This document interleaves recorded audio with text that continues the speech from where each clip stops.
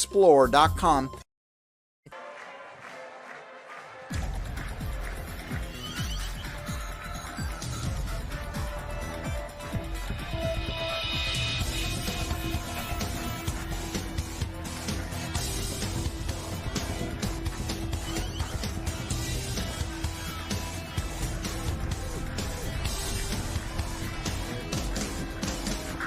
Tonight from Foundation Field in Papillion, the most prolific offense in Class A is on display. It's game time on YurView. Bellevue West against Papillion-LaVista South.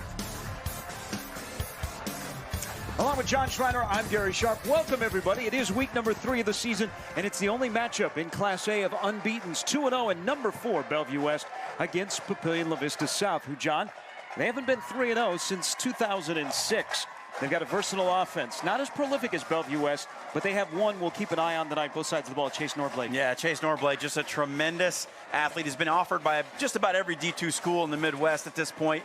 Not a traditional corner. He'll come up and thump you. And on offense, you got to keep track of him because he's great in open space. 2 years ago, Bellevue West won the state title. Their motto is Playmakers in Purple. Last week against Bellevue East, they scored 81 points. They do it with a prolific offensive game led by a big-time wide receiver. Yeah, big time is exactly the word because Xavier Betts is big time. Number 10 wide receiver in the country for the 2020 class. 6'3", 200 pounds, fast, strong, tall, leaping ability, great hands. Just a tremendous pleasure to watch play football. You like offense, you'll like tonight's game. These two teams combined for 92 points last week. Kickoff is next. It's game time on YurView.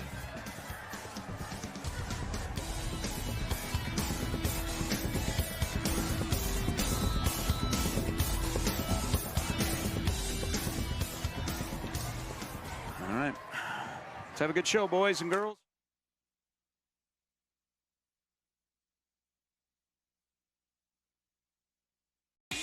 Game time high school football action on YurView is presented by Iowa Western, the world is waiting, and by Cox Business Security. Join us all fall long for some of the top high school football from around the country on Game Time. For in-depth interviews, behind-the-scenes coverage, recruiting updates, and more, be sure to visit YurView.com, your home for high school football.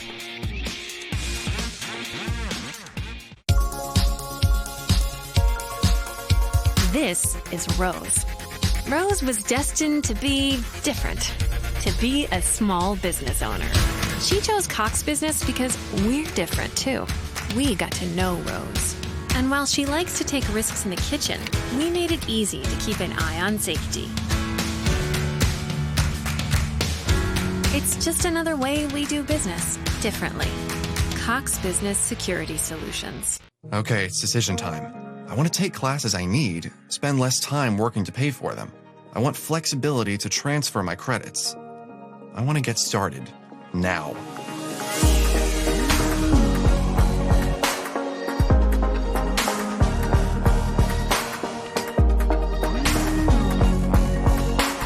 Find your path at iwcc.edu and get hands-on, real-world experience. Start now at Iowa Western. 2-0 teams, Bellevue West and Papillion-LaVista South on an overcast evening. It has rained the majority of the week here in Omaha. Rained earlier today, up until about 3 hours before kickoff. But a great crowd on hand.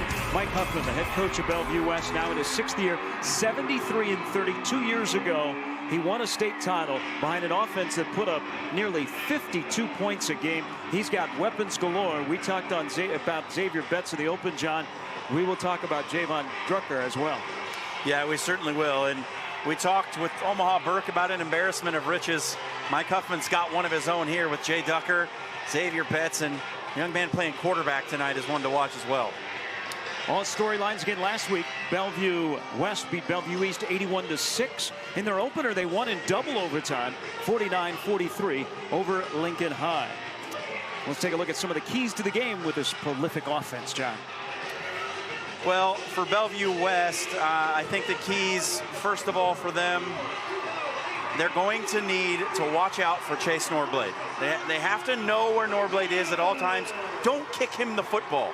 Please don't kick it to him. He's already got a 99-yard kickoff return for a touchdown this season. Got to know where that guy is. Don't let him get the ball. The quarterback run game is going to be big. Keyser, a little bit better athlete than we've seen the last couple of years out of Colding Ice and with Joe Dolincheck. So might not be expecting it out of them, but I think Keyser can run the ball a little bit. And then Gerardo and Spawn on defense, the two corners, they're going to be tested. The outside receivers for Papillion-LaVista South, all of them 6'1" or taller. Swanson 6'5". 5'8" Gerardo, 6 feet Spawn. They're going to have to play big tonight. Papillion South 2-0. They won their last 3 games of the regular season last year to get into the playoffs. As you get a look at their head coach now in his 2nd year, Tim Clemenger. Yeah, Tim Clemenger now 2nd year after taking over for the longtime coach Walt Olson, who kind of got things rolling here at Papillion-LaVista South. But make no mistake, it's a completely different philosophy for Clemenger than it was the run-heavy Walt Olson. Papillion South has only been open for 15 years. They've had 3 different head coaches, such great success under Walt Olson. They've been in the playoffs 5 straight years. Last year, 4 and 6. Bellevue West lost in the quarterfinals. They went 9-2. Bellevue West won the toss, and they've elected to receive. The bottom of your screen is Xavier Betts. To the top of your screen is Shane Smith. Speed galore. As we get a look at some of the keys tonight for Bellevue West. Now the keys for Papillion-LaVista South: bring pressure. They need to, with the new starting quarterback, you need to create something by breaking down those passing lanes. Then sling it.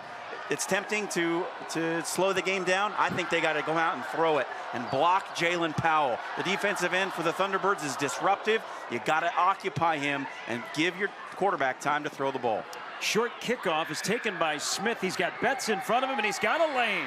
Shane Smith, the transfer from Omaha North last year, is knocked out of bounds across the 40-yard line. Great field position to start for Bellevue West. Again, last year they won this game 55-37. They've never lost to Papillion South. And you will see right away how quick this offense goes. And we will see a familiar face on the telecast. Evan Keyser, who 2 years ago was the starting quarterback, got hurt. They won a state title. Last year he was a wide receiver. He's the quarterback tonight, starting for the first time, because the regular starter got injured on the first play last week. Here's Ducker on the inside handoff, breaking through tackles across midfield, all the way down to the 46-yard line. That is a pickup on the first carry of 15. You know, it's really a misconception that the spread offense is all about chucking the ball all over the yard. This Bellevue West team, to start the season, 331 rushing yards a game through the first 2. Just 207 through the air, and they got the best wide receiver in the state. Don't make the mistake of thinking they're just going to come out and throw it around. This team can run the ball. And Ducker runs it on the little toss play. Not much, maybe a yard or 2. Ducker leads the state in rushing, 392 yards, 8 touchdowns in the first 2 weeks. And what a game he had in that double overtime victory over the Lynx of Lincoln High on opening night. Ran for 241, had 5 touchdowns, 4 of those on the ground. We mentioned Betts and all the offers that he has. Ducker has offers from Purdue, South Dakota, and South Dakota State. It was a pickup of 2 just underway from Foundation Field in Papillion, the home of the Papillion South Titans. Keyser's pass caught by Smith, and now he turns it to the boundary. He's pushed out of bounds, but enough for a first down. Shane Smith, one of the few seniors on this team. It's a very junior-heavy Bellevue West roster. So the success that they've had over the last couple of years looks to continue on into the future. Keyser now 11 of 16 on the year. And 2 years ago, he was the quarterback. Get a look at the defense that he'll be up against. It's a 4-man front. 4 wide receivers at his disposal. Ducker in his hip pocket after a first down completion. And this carry's not going for very much at all, right into the heart of that Titan defense. It's a defense that only allowed 13 points last week to Gretna. You want to watch somebody on the interior of that defense in the front 7. Number 36, Dallas Rogers, the junior Sam linebacker. He'll be around the football all night, 32 tackles in the first 2 games. That leads Class A. Pickup of 1, 2nd down and 9 for the T-Birds. There's a flag down as Ducker moves the pile for a couple. We'll see what the flag is. Our first infraction of the night. Week number 3 of the high school season. This is a non-district game.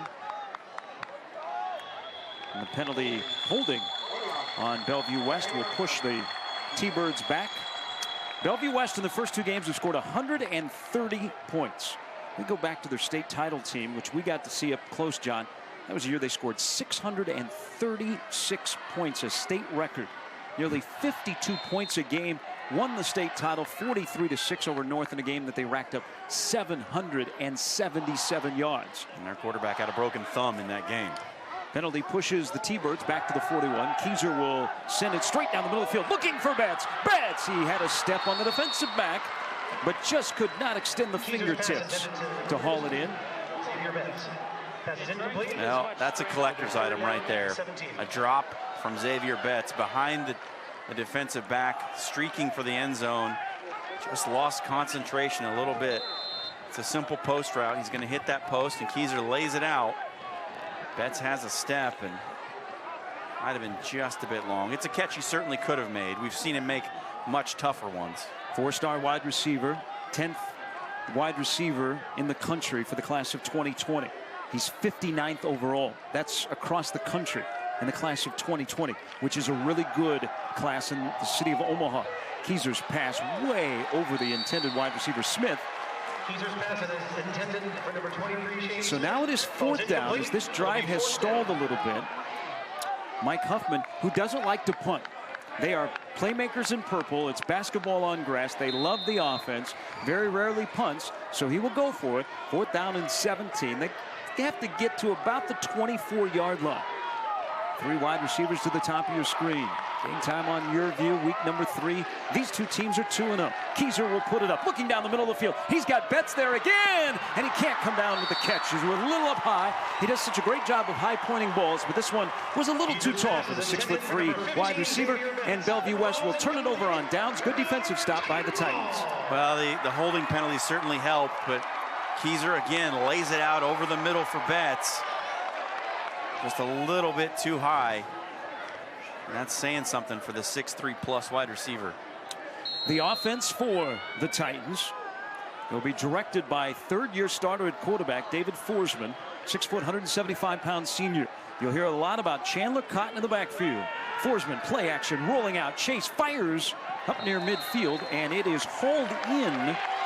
Minimal gain, but Chase Norblade, who he highlighted in the open, makes the catch. It's his 5th reception of the year. It is a pickup of about 4 yards, now 2nd down. Well, and there's the guy you got to watch out for in the wide receiving group, Norblade, making an early impact. Forsman on the year, 31 of 68. Tosses it downfield again. This one will be close to a 1st down, and on the 2nd effort by Norblade, as he crosses into T-Bird territory, he may have the 1st down, and he'll just be a little bit short. Well, they say 3rd down, but we are going to have I believe our first measurement or a discussion as you get a look at the starting lineup for the Titans, trying to go to 3-0 for the first time since 2006. Norblade, Cotton, Lasadas, all names that you will hear. First time since 2013, the Titans are 2-0. They were short of the 1st down, 3rd and inches. Forsman under center, and he lost the snap. It's loose on the field, and it's recovered by Bellevue West right at midfield. Oh, what a break for the T-Birds, as Forsman, who had not been under center, went under center, pulled out too soon, left the ball right on the 50-yard line. That's the 1st turnover of the night. And the offense looked like it was humming a little bit. First couple of plays for Papillion-LaVista South, and now an early turnover. Could be a critical part of the game, those turnovers. We'll get a look at the 1st turnover of the night. And doesn't look like he ever got it, John. Yeah, I think there's a little fault on both parties there. Keyser will keep it, and he will maneuver his way for a 1st down. That's a pickup of 16. Keyser, who has been a quarterback, then a wide receiver, now he's going to be the quarterback for the rest of the year and move the chains, and you get to see this tempo of the Bellevue West offense. And that right there was why Keyser won the starting job as a sophomore, that running ability. He'll throw it again, and it is caught, and it is a 1st down. Nate Sullivan, who is an up-and-comer as a junior. There are high hopes for Nate Sullivan. He makes a big catch all the way down to the 20. That's a pickup of 19. And in 2 plays after the turnover at midfield by the Titans, Bellevue West is into the red zone. Is good enough for a first down. It'll be 1st and 10 on the 20. Nate Sullivan at 6'2". Boy, nice to play quarterback at Bellevue West with all these top targets. Here's Sullivan again. And Sullivan's got a seam. And a touchdown saving tackle by Dallas Rogers at the 6-yard line. Well, that was such a great move by Sullivan. He sets up the block with that little inside step. You're going to catch it right here. It's just a quick screen out into the flat. Steps back inside and then cuts out, setting up that block coming in from the outside. Great job by Sullivan. The first possession for Bellevue West, they turned it over on downs. And then Papillion-LaVista South had a little bit of momentum going. They fumbled the ball at midfield. But quickly, Bellevue West is already down to the 3-yard line. They were late getting personnel on the field. Hustling onto the field was Justin Cheney. Now, Ducker in the Wildcat, where he scored all 5 of his touchdowns opening week against Lincoln High. High snap, Ducker takes it, and he walks into the end zone. Javon Ducker with his 9th touchdown in week 3. Jay Ducker is good for a Thunderbird touchdown.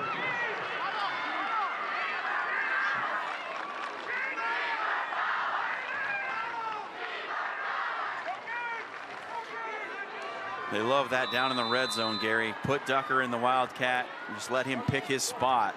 He does it right there to great effect once again. Now, Bellevue West, a little trickery in their formation. And they will flip it to Betts, and Betts trying to get to the end zone on the conversion is held up. That's a little odd way to start the game for Mike Huffman and company over there. Center flips it out to Betts. But regardless, it's 6-0 on this run by Jay Ducker. 9 touchdowns now on the ground for Ducker. He came in the top rusher in the first 2 weeks in Class A, averaging 196 a game. Some will say he's the best all-around threat, because we've also seen that they'll send him out in the pattern. Best all-around threat in Class A, and that's saying a lot. Again, the 2020 class in this area absolutely loaded. We saw Xavier Watts last week, along with some other young players at Burke, and we're seeing a couple of members of the 2020 class here tonight on both sides of the ball. Football is good in the Metro. Football good right now for Bellevue West. They take the turnover, they punch it in the end zone to lead 6-0.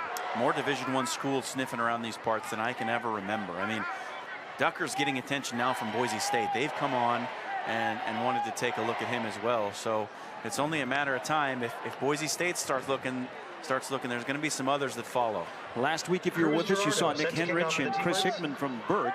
Henrich already committed to Nebraska. Chris Hickman is going to use one of his 5 official visits in Lincoln tomorrow when Nebraska takes on Colorado. Nick Henrich will be on his official visit as he broke the news in the postgame last week. 6-0. And the kickoff is out of bounds. You will see that both of these teams, this is an area which is not a strength, as Cruz Dorado swings the leg and knocks it out of bounds. It'll be good field position to start for the Titans. But honestly, I think that's a tactical decision right there, Gary. You don't want to kick it to Norblade. As I mentioned, already has a 99-yard kickoff return for touchdown this season. That's one way to keep it out of his hands. He did go 99 yards on the opening play of the season against Papillion-LaVista. South has beaten Papillion-LaVista and Gretna. Bellevue West has beaten Lincoln High and their crosstown rival, Bellevue East.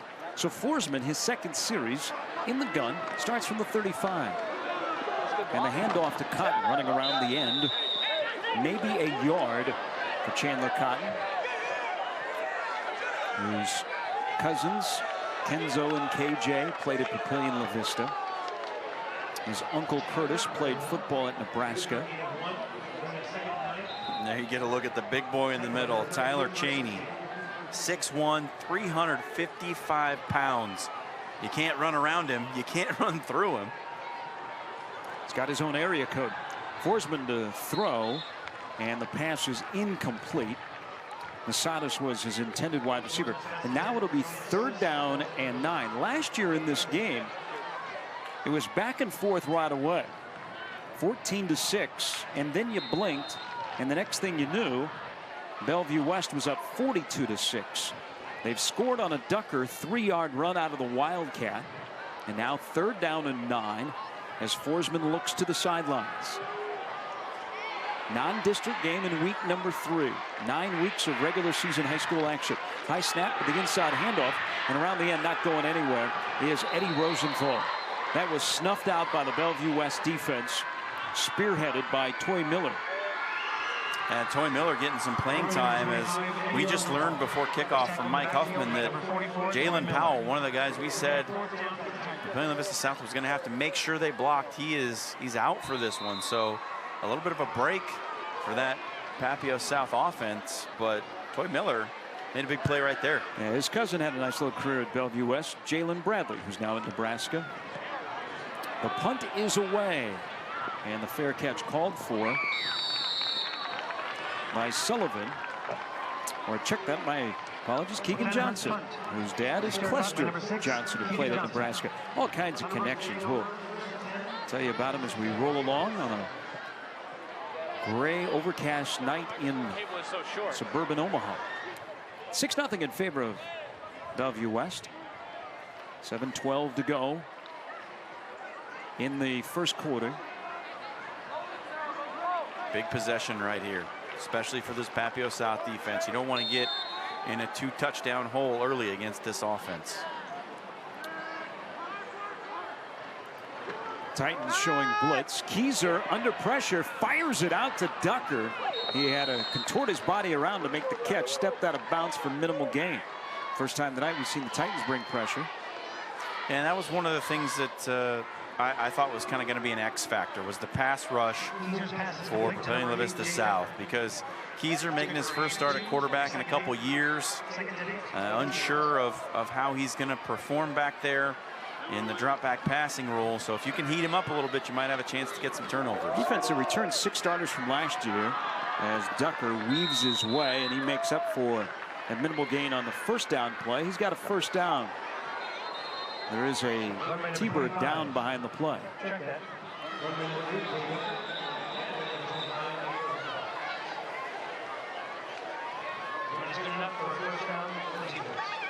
So with the Bellevue West player being attended to on the field, we will step aside. Bellevue West 6, Papillion South scoreless. It's game time on YurView. Okay. You're watching Game Time on YurView. For more in-depth coverage of the top players around, recruiting updates, behind-the-scenes access, and more, check out YurView.com.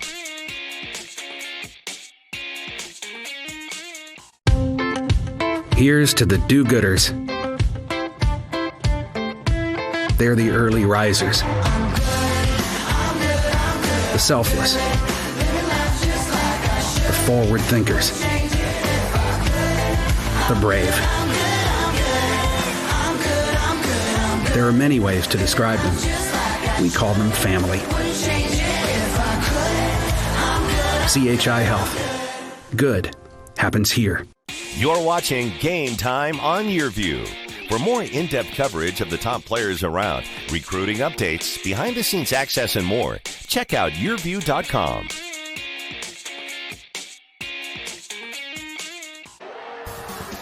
Yeah, that looks like the place to be. Papillion South student section. John, did you forget something? I think that was supposed to be up here with us. I know it. 6-0 in favor of Bellevue West. This week on YurView's high school football recruiting podcast, over the middle, Jeremy Crabtree is joined by Joe Johnson, creative director for the University of South Carolina. Johnson was one of the pioneers of edits, the social media designs that are an important part of the recruiting process. Jeremy also joined by Graham Mertz, the nation's #2 quarterback and a Wisconsin Badger commitment out of the Kansas City area. All that and more on this week's episode of Over the Middle podcast. You can check it out at YurView.com. You can also check out the latest story by Don Schreiner on Xavier Betts. Really good read on Xavier's progress. Started as a 14-year-old playing in this program, and where he is now with another year to go. That's on YurView.com. Don't forget you can also stream our games every Friday on YurView.com and also on our other social medias. Their number 15 in your picture is Xavier Betts, number 59 in the country. He is the highest ranked recruit from the state of Nebraska in the last decade. You have to go back to Baker Steinkuhler, who is from Lincoln, and Trevor Robinson, who was from Elkhorn back in 2008. Both of those guys were in the top 40. Betts found out last week on the 24/7 composite he is number 59. It's a pretty high honor, and you know, so much attention has been placed on recruiting rankings, and that has grown over the past decade. And you know, to be in that top 60 type area, to be one of the top 60 high school football players in the country, that's saying something. That's pretty special, and it's only garnered him, you know, more and more and more attention. Nebraska, Iowa State, Iowa, Purdue, Minnesota, all in with offers for scholarships for Xavier Betts, and that list is only going to get bigger. Nebraska, Iowa, Iowa State, Minnesota, South Dakota State. The delay, an injured player for Bellevue West. They have brought the cart out onto the field. Now there is really good news. Caden Lind was the injured player for Bellevue West. They brought the cart onto the field, but Caden, who was on his back and then sat up, was able to get up under his own power. He is now sitting on the back of the medical truck that will take him off the field, but that was at least an encouraging sign, because he'd been down for the last 5 minutes or so. Was able to get up under his own power and to slide on the back of the truck, and they will take him off the field. And you don't want to speculate, but it looks like the right arm is pretty heavily stabilized there. We certainly hope the best for Caden and wish him a speedy recovery from whatever it is. 5 minutes into the football game, 6-0 in favor of the T-Birds of Bellevue West. And the Javon Ducker 3-yard run, his 9th touchdown of the year out of the Wildcat. First down and 10 at the 39-yard line. And Keyser, senior.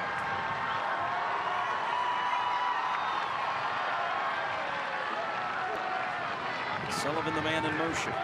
Keyser to throw it deep down the middle of the field, and it is caught by Betts. He separates, and he goes into the end zone. 61 yards. He didn't miss on that one. 2 earlier opportunities, he wasn't able to come up with the football. That time between 2 defenders, keeps his concentration, hauls it in, and reels in 6 more points for the T-Birds. Already the 5th touchdown for Betts on only his 11th reception. 61-yard pass. And the T-Birds will go for 2. Keyser rolls out looking for Betts. There's a flag down as Betts made the catch in the end zone. He may have turned up the field before the snap. He was in motion out of the backfield. And that was my thought too, Gary. I think he might have been moving toward the line of scrimmage, and you can't do that unless you're in Canada. So they will move the ball back, and Bellevue West actually now will attempt a PAT. Cruz Gerardo, the junior place kicker, who is 6 of 8 this year on PATs, will come in. 12-0 in favor of Bellevue West. Again, they have never lost to Papillion South.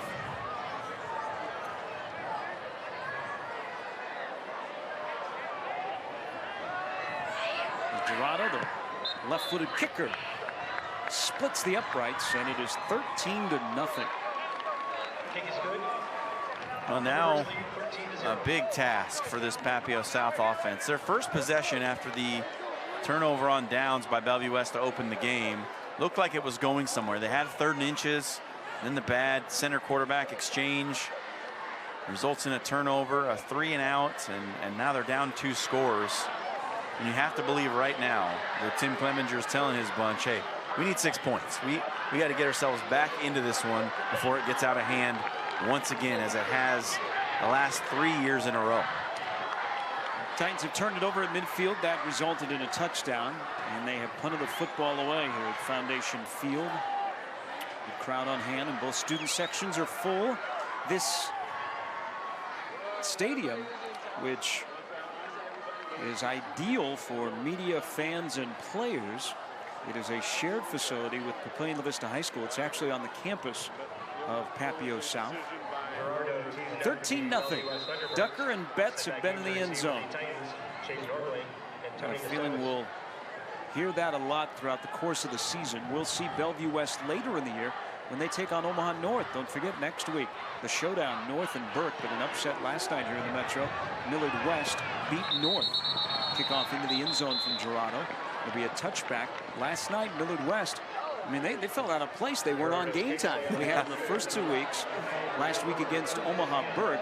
But last night at home, they knocked off Omaha North 28-14, jumped out to a 21-0 lead. All of a sudden, the defending Class A champions are 1-2 with #1 Burke, who is at Central tonight in a showdown on game time next week. It was a key spot for both teams last night, and Millard West, with that defense, just able to get it done.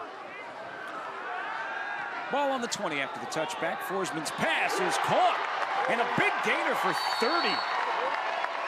Mike McClanahan turning around makes the catch. He's one of those versatile players offensively and defensively. That's a pickup of 30. How about that from Forsman to McClanahan? Well, and this is an area where Bellevue West's defense showed some vulnerability. Game 1, Cedric Case was 36 of 53 for 467 and 2 touchdowns against this T-Bird defense. This time, the pass is caught, but it's not going anywhere as Gannon Spahn, senior cornerback, makes the tackle. Actually, it would be a loss. McClanahan, just like his quarterback Forsman, is a 3-year starter in the Titan program. Their head coach, Tim Clemenger, in his 2nd year, took over for the legendary Walt Olson, who retired. It was a loss of 3 on the completed pass. Frank Ryan is our statistician tonight, the legendary high school baseball coach here in the Omaha area. Forsman's under trouble. He didn't know where to go, and as he was scrambling, he ran into Big Matt Thompson, and the collision knocked Forsman down and knocked him all the way back to the 38-yard line. That's a loss of 8, and it'll be 3rd and a long way to go. Yep. And after the big gainer to McClanahan to open up the possession, it looked like, once again, Papillion-LaVista South was going to get something going. And you get a loss on 1st down and a sack for a big loss on 2nd, and then you got 3rd and about 21. You see what the Titan sideline dials up for their 3-year starter quarterback David Forsman. And it's a handoff. And not much. Cruz Gerardo and Toy Miller make the tackle on Norblade, and the Titans will have to punt. You're absolutely right. After the 30-yard pass from Forsman to McClanahan to midfield, the Titans go the wrong way. And back into punt will be McClanahan.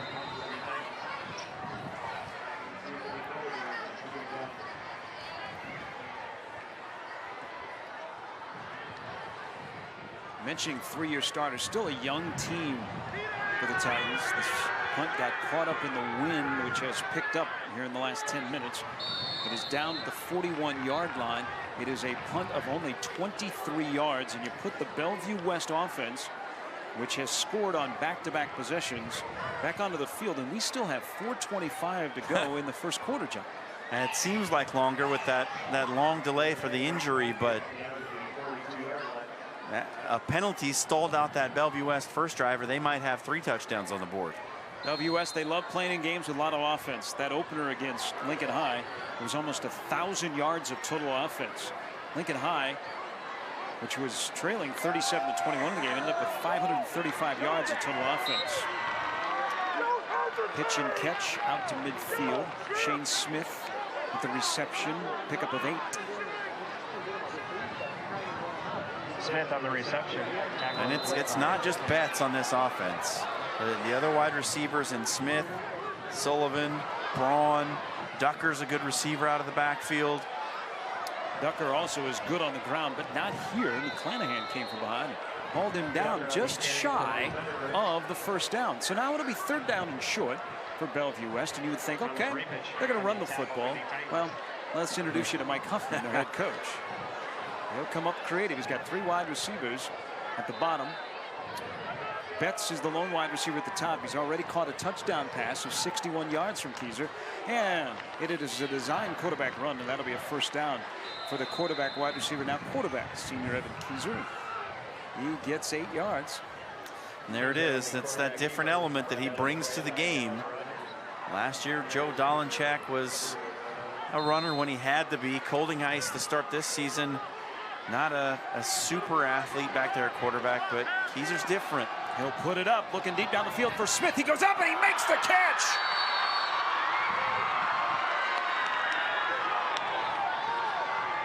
Not much as a defensive back you can do there. Shane Smith, who is being utilized more downfield this year, goes up, and those big paws haul in the pass from Keyser. That is a pickup of 26. A big catch for the 5'9" wide receiver. Back into the red zone. Ducker trying to escape the Titans, but he'll remember them all too well. Isaac Smith in on the tackle, leading the charge. Also, Trajan Linear, who already has 4 sacks this year. Add another TFL as you see the pass from Keyser to Smith. Wow. Coverage was decent. McClanahan was back there, had a tight ride on Smith, but just couldn't get his hand up in front. And Smith comes up with a big one. Timeout taken. 2nd down and 17 on the 21 is upcoming as you get a look at Mike Huffman talking to his offense. It's a lot about tempo here in the state of Nebraska with Scott Frost taking over, coming from Central Florida, in his offense that will go fast when they make their debut tomorrow against Colorado in Lincoln. The Bellevue West offense is very similar to what people will see in Lincoln with Nebraska. And how must these guys in purple be feeling about the state school just down the road and running their offense? That's an interesting way to look at it. Yes. Also, one of our great friends, you heard Scott Strohmeyer, the head coach at Iowa Western last week on the telecast. Iowa Western and Bellevue West run very similar offenses. It's a fun offense to play in, and it's not just the skill guys. Tyler Sharea went to South Dakota last year and was a freshman All-American as an offensive lineman. So the linemen do well. A.J. Forbes is having himself a really good 1st year at Nebraska as a walk-on as a freshman. And the little shovel pass to Ducker, and Ducker's headed to the end zone, cuts it back, and he walks into the end zone. What a play call, but there is a flag down. There's a flag down at the 15-yard line as Ducker celebrates his 2nd touchdown of the night. We'll see if we need to take it off the big board. We get a look at our referee. And it is on Papillion South.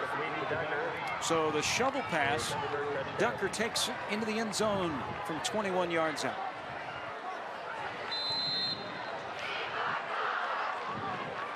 Not what you needed from a Papillion-LaVista South perspective. You had a 3rd down, chance to get off the field.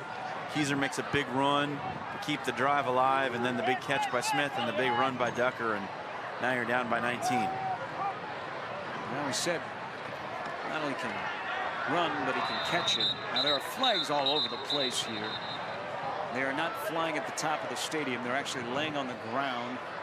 Bellevue West may have had 6 guys moving at the same time. Illegal formation on the offense. 5-yard penalty. So in their quirky formation to try and throw Papillion South off on the 2-point conversion, another penalty is called. It'll push him back, and Cruz Dorado will come off the sidelines to kick the PAT. 19-0 T-Birds. Still 2:53 to go in the 1st quarter. Unbelievable. Dorado with already 1 extra point tonight. Here's the 2nd opportunity, and he bangs it through, and it is 20-0. A week ago tonight, Bellevue West scored 34 in the 1st quarter. Won't get there tonight, but their offense is as good as advertised. You say won't get there. I wouldn't be so sure. The way things have gone here so far, 14 more points is not out of the question just yet. It's great vision by the junior running back, who is a 3-star recruit. Member of that great 2020 class, Shane Smith, good block downfield on the defensive back, and Ducker walked it in to the end zone for a second score of the night. You know, Jalen Bradley in his great season had 52 touchdowns. Ducker now has 10 touchdowns, and we are 9 quarters and a couple of overtimes into the Bellevue West season. Are you making a prediction here, Gary? No prediction. I'm just pointing out the possibility. He's a stellar player, and the thing you got to remember, he's got another year left after this one. He's just a pup still. Bellevue West offense, #1 in Class A, 538 yards per game on average. Gerardo's kickoff will trail into the end zone. Again, any portion of the body or the ball that goes in the end zone is automatic touchback here in high school. And the ball will go out to the 20-yard line with 2:53 to go. And Papillion South in desperate need of stacking positive plays. They got the 30-yard pass from Forsman to McClanahan up to midfield, and then they went the wrong way. They got to midfield on their first possession and fumbled. Bellevue West turned it into a score. So you get a look at Chase Norblade. Norblade active on both sides of the ball, John. Haven't gone back to Norblade since that first drive. Here they go to Chandler Cotton, and Cotton's got a positive gain for 9.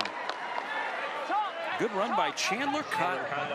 Cotton, through the first 2 weeks of the season, the senior has 189 yards rushing and 3 scores. He was a 1,000-yard rusher last year in the playoff season.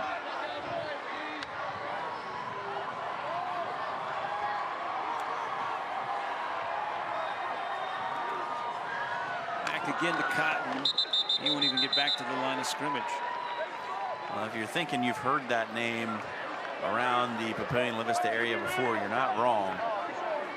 Cotton is the cousin of Kenzo and KJ Cotton, who were super track athletes. Kenzo, a football player at Papillion-LaVista. And Kenzo, I believe, still holds the state record in the 100 and the 200. Ran at Arkansas.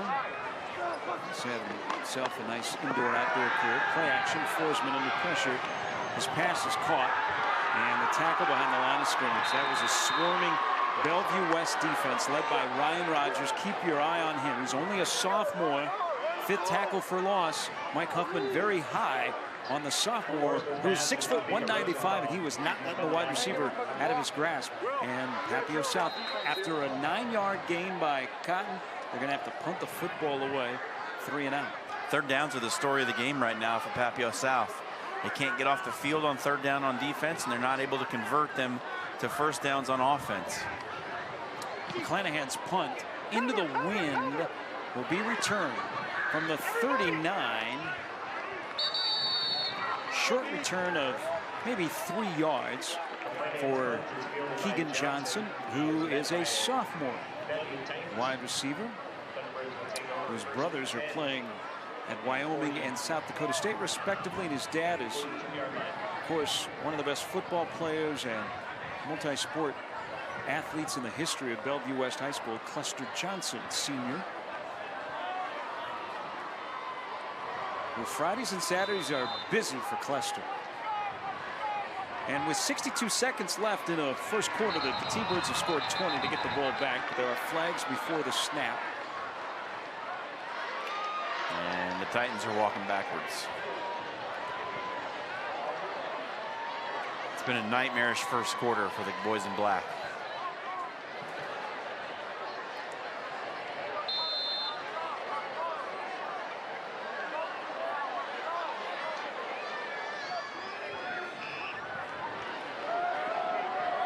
Keyser on the design quarterback run, looking for some downfield blocks. He got a nice block by Smith, and he sprung him around the side, down the line, and he's knocked out of bounds, but not before he goes for 33.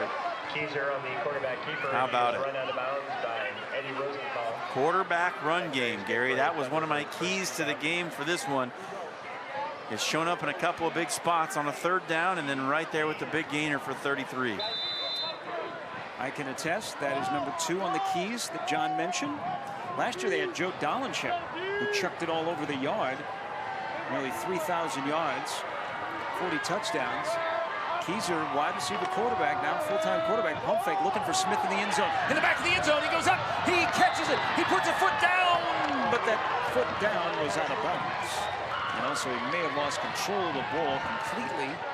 But Smith made a good effort. Keyser threw it the only place that Smith could catch it, but it was incomplete. It's going to be second down. We don't know what a catch is in the NFL, but I can tell you that wasn't one. The foot didn't get down and didn't hang on to the ball. So second down and 10.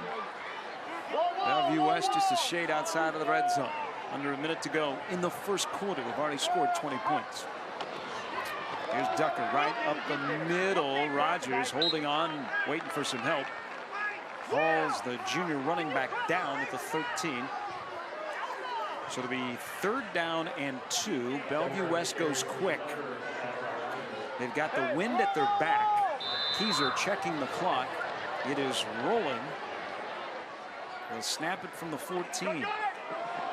And Ducker weaving his way through the middle of the Titan defense. Flags are down as Ducker felt a tug on his face mask. Clock stops with 16 seconds to go, and the officials will sort out this flag. They were surrounding the fallen ball carrier, Javon Ducker. His brother is at South Dakota. And that's a personal foul. Face mask.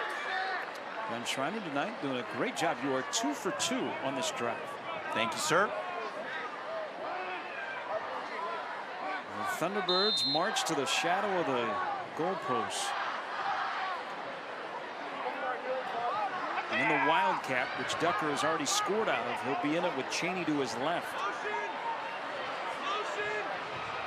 This will be the final play of the first quarter where they get it off. Betts in motion.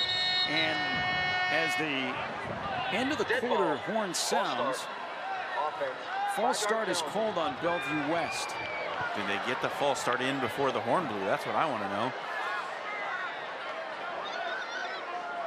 Well, we're about to find out. John, we've been informed that the quarter is over. Apparently both things can happen. What a quarter for Bellevue West. They lead 20-0. And they are close to punching it in once again. 12 minutes in the books. Week 3 of the high school season. Okay, it's decision time. I want flexibility, more doing, hands-on experience, and working sooner. I gotta make a choice. I want to get started now.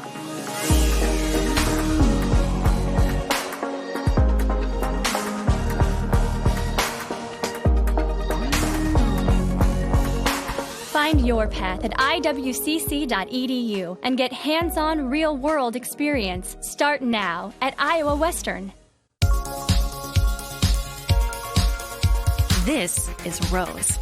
Rose was destined to be different, to be a small business owner. She chose Cox Business because we're different too. We got to know Rose. And while she likes to take risks in the kitchen, we made it easy to keep an eye on safety.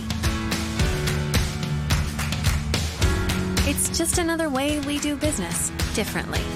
Cox Business Security Solutions.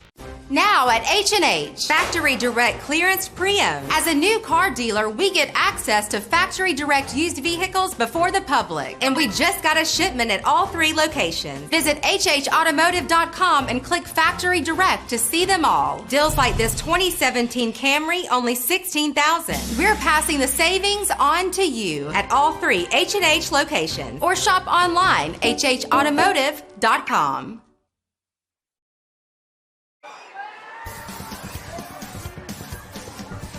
As we return, second quarter starts. And the Wildcat, Ducker, thrown down. The big lineman, who is a junior, Trajan Linear, keep an eye out for him. He made a great read and wasn't going to let Ducker go anywhere. And now it is second down and 13. So Evan Keyser, the quarterback, is back into the game. So no Wildcat for Ducker. 20-0 in favor of the T-Birds, trying to go to 3-0. Last year went 9-2, lost in the quarterfinals. Bottom of your screen, Norblade on Betts. That's a big matchup. Keyser rolls the opposite way, throws it on the sideline. It is caught by Smith, and he is thrown out of bounds for a pickup of 7. We're going to look at this quick pitch and catch from Keyser to Smith. Just move the pocket using Keyser's legs to the short side of the field, but Smith can't make anything happen. And Josh Chipman, the defensive back, gave him a little bit of room and then made the tackle. As a whistle stops the clock. The men in stripes have been busy. Either penalties or clock. They readjust the clock just underway in the second quarter. Both these teams are 2-0. It's the only matchup of unbeatens in Class A. And last night, Bellevue West knocked off Omaha North. Next week, Omaha North, Omaha Burke. What a showdown that will be. Last year in the semis, North en route to winning the state title for the 3rd time in 5 years, won 29-28. They rallied. There'll be all kinds of talent on the field. Kinnick Stadium on the campus of Omaha Northwest High School should be packed. And we'll have a front row seat with you next week. Keyser in the gun. He's the lone man in the backfield. Snap back to the quarterback. Quick toss. Miscommunication at the goal line, and it is incomplete. Mason Braun was there, was turned the wrong way. Keyser tried to thread it through a couple of Titans. And now it is 4th down. Cruz Dorado is out to attempt the field goal, which will be 23 yards. Cruz Dorado. His field goal is up, and it is good. That is his first field goal of the season from 23 yards out. So Bellevue West does get points. Now up 23-0. Dorado's 23-yard field goal just 1 minute and 2 seconds into the second quarter. A lot of game left to play, and now Papillion-LaVista South has the wind at their back. And it seemed like some of those plays, they were a little reluctant to put it up down the field. Papillion-LaVista South going into the teeth of that wind, but maybe we'll see him open it up here a little bit and turn it loose and let Forsman sling it. His head coach says he's a gunslinger. Good quarterback. He's got a strong arm, so perhaps send one of those big wide receivers down the middle and see if you can't get something. In the forecast were slight rain chances. We haven't had any rain since we kicked off. Only 50 minutes ago. Overcast skies. Actually feels a little fallish on this second Friday in September. Week number 3 of the high school season. And what a start for Bellevue West, trying to go to 3-0. Number 4 in the state. Burke, Prep North, and then Bellevue West. And with the North loss, Prep tonight playing Lincoln High, you think that Bellevue West, you can win here, would move up. This kickoff is returnable, and the fake reverse, and it'll be a good return for Papillion South. Hey, get out there. Tony Nasadas. Dorato's kick is fielded by Tony Nasadas. Carries it all the way out on the kickoff return to the 26-yard line. So good starting position for Papillion South. Can they get a drive going where they can cross midfield and keep it going? Can they get more than one first down on a possession? That's the bigger question right now, Gary. You just got to put some plays together and keep moving the chains. Last week they were held to 2 touchdowns against Gretna. Quarterback keeper Forsman is knocked out of bounds by Keegan Johnson.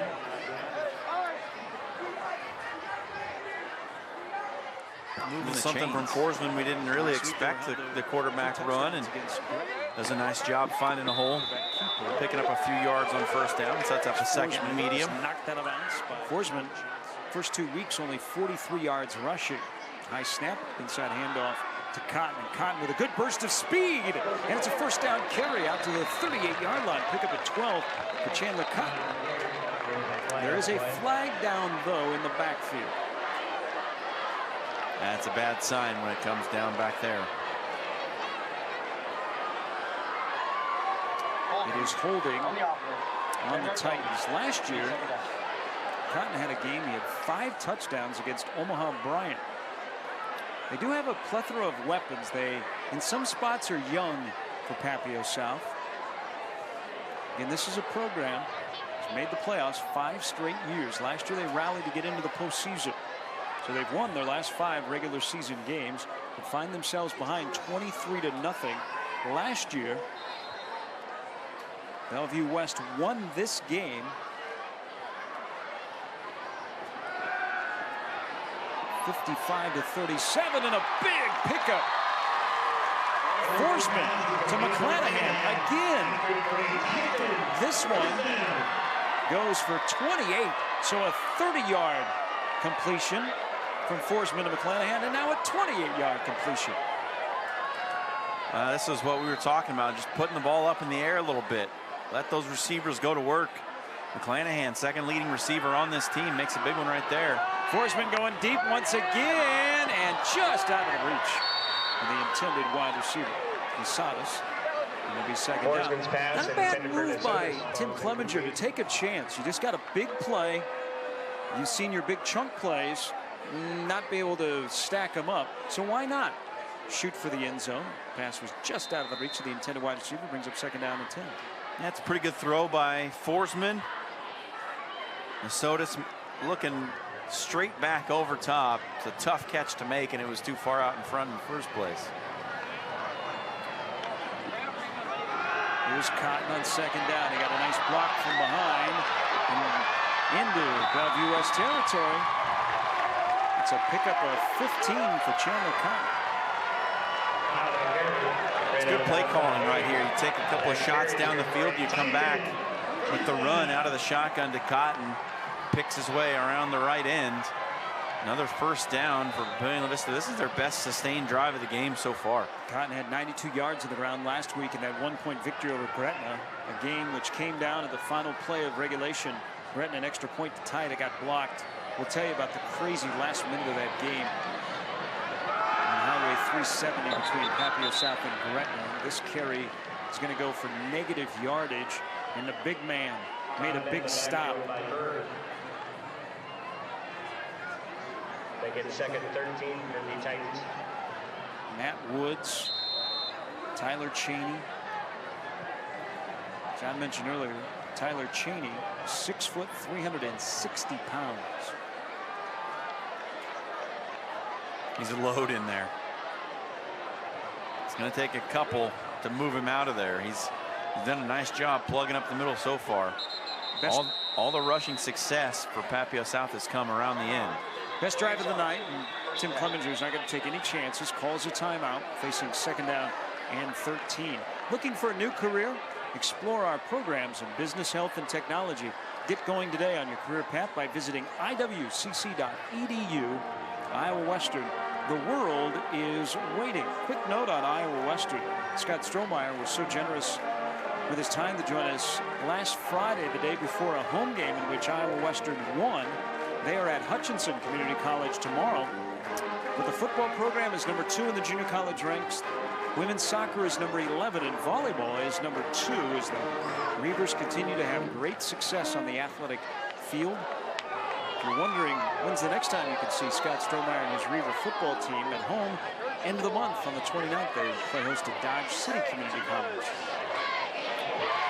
That's high-level football, too. Don't make the mistake of thinking, oh, it's just JUCO.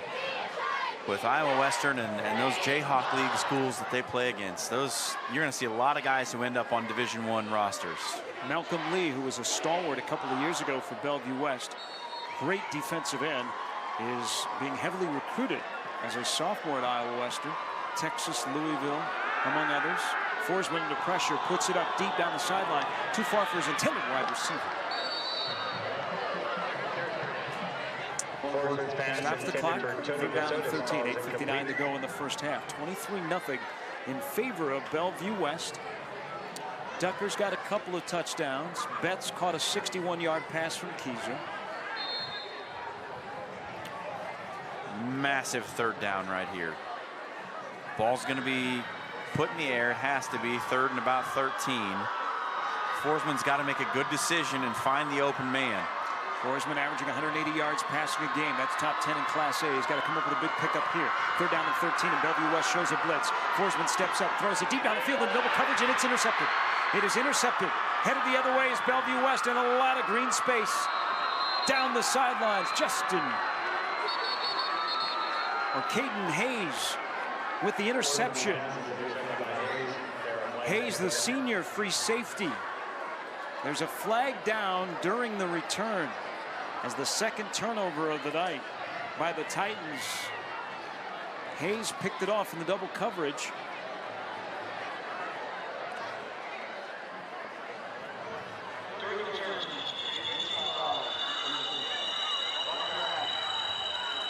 Two fouls on Bellevue West and a block in the back that will be accepted. So Caden Hayes with the interception of Forsman, and didn't have much of a window to complete this pass. And blitz comes and Forsman feels it, never gets his feet set really, and doesn't see the free safety lurking in the back. He's going to watch that one back and wish he hadn't thrown it, because Hayes was just back there playing center field. There's no reason to throw that pass. And another turnover. Haunting this Papillion South team. Especially when you put this T-Bird offense back out there. It's already put up 23 points. Keyser pump fake. He was looking for Betts. Goes the short route to Sullivan, who dives to make the catch at the 33. Sullivan's a junior. Ducker's a junior. Betts is a junior. We haven't even gotten to some of the freshmen that are a rarity that are on this varsity roster. Evan Keyser, senior. State championship year, he was supposed to be the quarterback, then got hurt. Now he's the quarterback after an injury to the starter. Goes deep down the sideline, and it is broken up. Should have been intercepted, but able to haul it in. It was Josh Chipman, and I think we're going to see also Smith kind of swatted it away to make sure that it was not the first turnover of the night for the T-Birds. This ball just gets too far inside on Keyser and the Chipman. That's one of those that should have stuck in your face mask. 3rd down and 7. Betts is at the bottom of your screen. He's got some space, and Kaiser rolls the opposite way on the run, tosses it deep down the field. He was looking for Mason Braun, but it was well out of his reach and out of bounds. And on 4th down and 7, Mike Huffman on this occasion will elect to punt the football. Yep, 23 points. There's no harm in giving it back at this point. Might as well kick it away. Stay tuned at halftime. We'll have stats, some highlights, some analysis, and the pageantry of a Friday night at Foundation Field. I think every student at Papillion South is here tonight. And look throughout the student section, absolutely packed, shoulder to shoulder. Cell phone to cell phone. Keyser's punt will be returned. And a good move by Norblade before he's finally hauled down from behind. Leading the charge, Nick Nickham. And on his 1st down from the 33, that's where Papillion South will start when you return. 7:55 to go in the 1st half. Bellevue West 23, Papillion-LaVista South nothing. This is Game Time on YurView.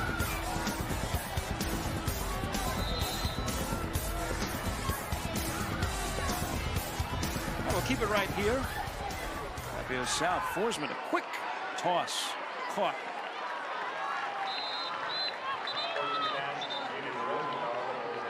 Eddie Rosenthal with the catch, but an issue for Papillion South. There's a flag down in the backfield. Rosenthal, the senior wide receiver, two-way starter. And we'll sort out this penalty.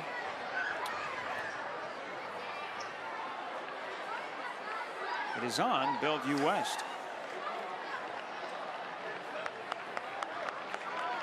A break for the Papillion-LaVista South offense. They haven't had many. They've had their own share of troubles with turnovers and penalties, and negative gains on big second down plays that put them behind the chains on third down, but here's a penalty that gets them going a little bit on first down. John, I know one of your favorite songs is Rhythm of the Night. There has really been no rhythm to this football game. None. It's been really choppy, or chunky, as your partner in the morning likes to say. The walk-off into Bellevue West territory gives the Titans of Papillion South a first down.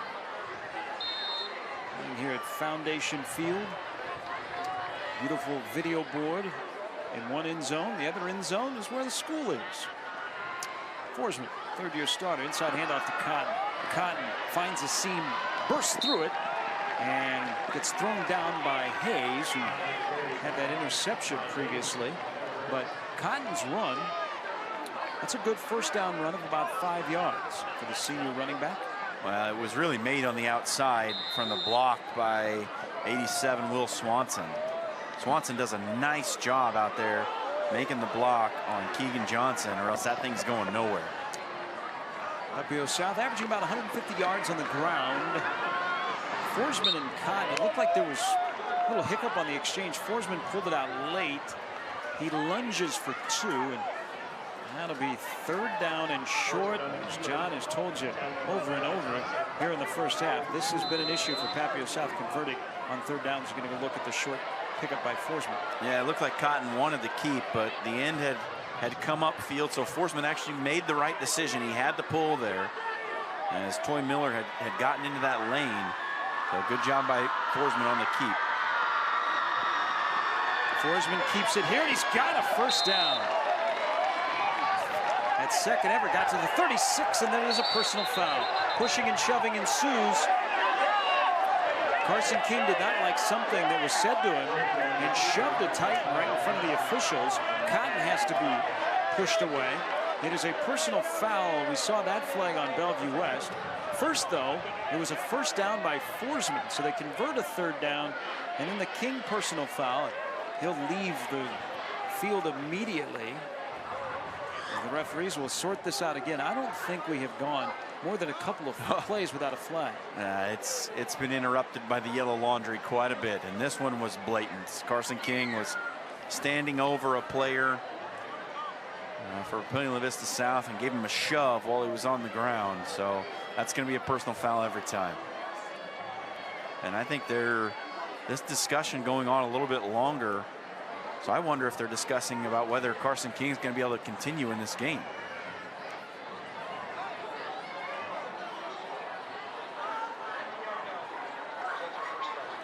Just the 15-yard penalty, no ejection of Carson King. There's King on the sidelines taking off his helmet. Let's look and see if we can see what happens. I think you see King gets kind of blasted out of here right there, and that's just some ridiculous stuff right there. Nasotis is coming in to make a clean block, and King kind of grabs him by the helmet and slings him down and then gets in his face afterward. There's no room for that nonsense. Just play football. Great work by our fantastic camera crew. The whole Game Time crew here tonight. Week number 3, Forsman now in trouble, and he is going to go down, and he will go down hard, and he will be underneath 360 pounds of Tyler Cheney. Credit Cheney with the sack, as Forsman has actually marked a yard behind the line of scrimmage. So John, Tyler Cheney with his first sack of the season. John, I know you're wondering, Tyler Cheney is a junior. She's got some room to grow, is what you're telling me. Forsman likely to put it up on second down. He does. A quick slant is caught, but there is a flag down again. Forsman's pass is complete to Swanson. Personal foul. Roughing the passer on Bellevue West. So some undisciplined penalties on this drive. 2 big 15-yard penalties, and Papillion South, for the first time tonight, is knocking on the door, putting the ball in the end zone with 5:39 to go in the first half. That's back-to-back personal foul penalties on the Bellevue West defense. They've got to do something to settle themselves down. I know they're up 23, but there's still a half of football left here. If you if you let this Papillion South team back in, they are capable. This team can score some points. They've got a potent offense. Forsman looks over the personnel, hands it off to Cotton. Cotton trying to find a blocker, and the ball is loose. A scramble for the football at the 6-yard line. They'll have to unpile some bodies. Ryan Rogers signaling that it's Bellevue West ball. That guy that is getting paid to make those signals says nope. Papillion South keeps it. That's a break for the Titans. They've already fumbled once. They've turned the ball over twice tonight. They fumbled at midfield on their opening possession. It'll be 2nd down and goal. Cotton in the backfield as Forsman has 4 wide receivers at his disposal. 4-man front look for Bellevue West. Toss out of the backfield. Cotton wasn't looking for it. Incomplete pass. Now it is 3rd down. It's just a lack of focus right there, Gary. And we've seen some of those things all night from the Titans, and you don't know what's exactly going on down there. But a bad center quarterback exchange, a ball thrown when the free safety's playing center field, and now nearly a turnover again as the back out of the backfield not looking for the pass. Got to lock that down. To the Titan offensive personnel, look over to the sidelines. 3 different coaches are signaling in plays. They got to hurry. The play clock is at 7, 6, 5. They'll snap it from the 6-yard line. 3rd down and goal. High snap. Inside handoff to Cotton. He cuts back. He maybe gets a yard. And now it is 4th down for the Titans, down 23-0 in the 2nd quarter. Bellevue West linebackers have done a really nice job tonight. Cotton hasn't been able to get past that 2nd level. He's gotten some 4, 5, 6-yard gains, but that's all. Those linebackers have flowed well and stopped him from breaking off chunk runs. Zach Kiep is in for the field goal attempt. It'll be from 22 yards out. And Bellevue West will take a timeout. 23-0. Bellevue West leads Papillion-LaVista South. It's game time on YurView.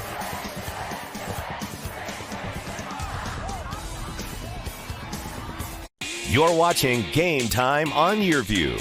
For more in-depth coverage of the top players around, recruiting updates, behind-the-scenes access, and more, check out YurView.com.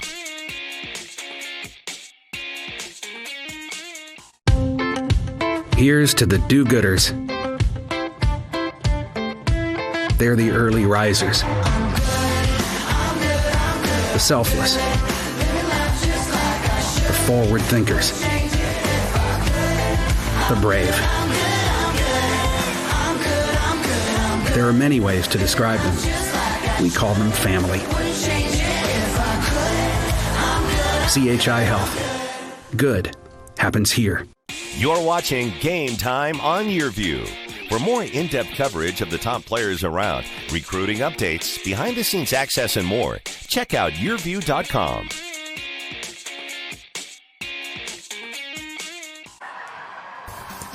Are you looking for a new career? Explore our programs in business, health, and technology.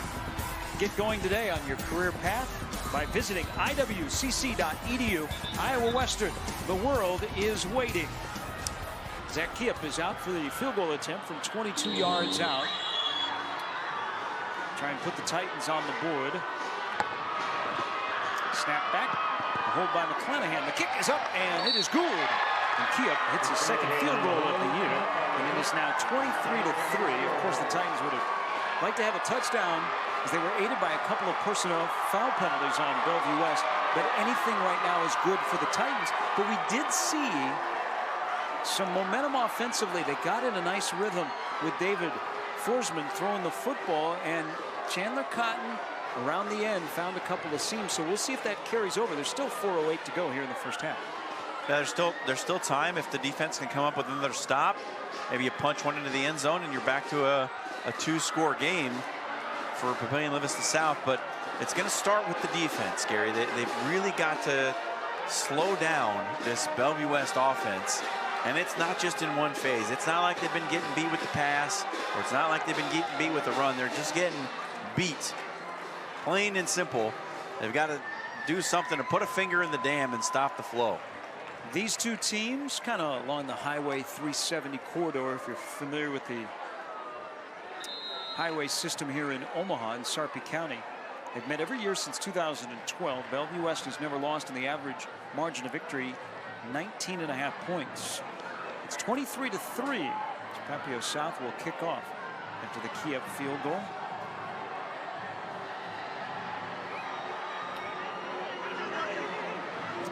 Cheney will take the kickoff at the 10. Betts blocking for him. Linear will haul down Cheney, and guess what? Friends and family watching at home, we have another flag.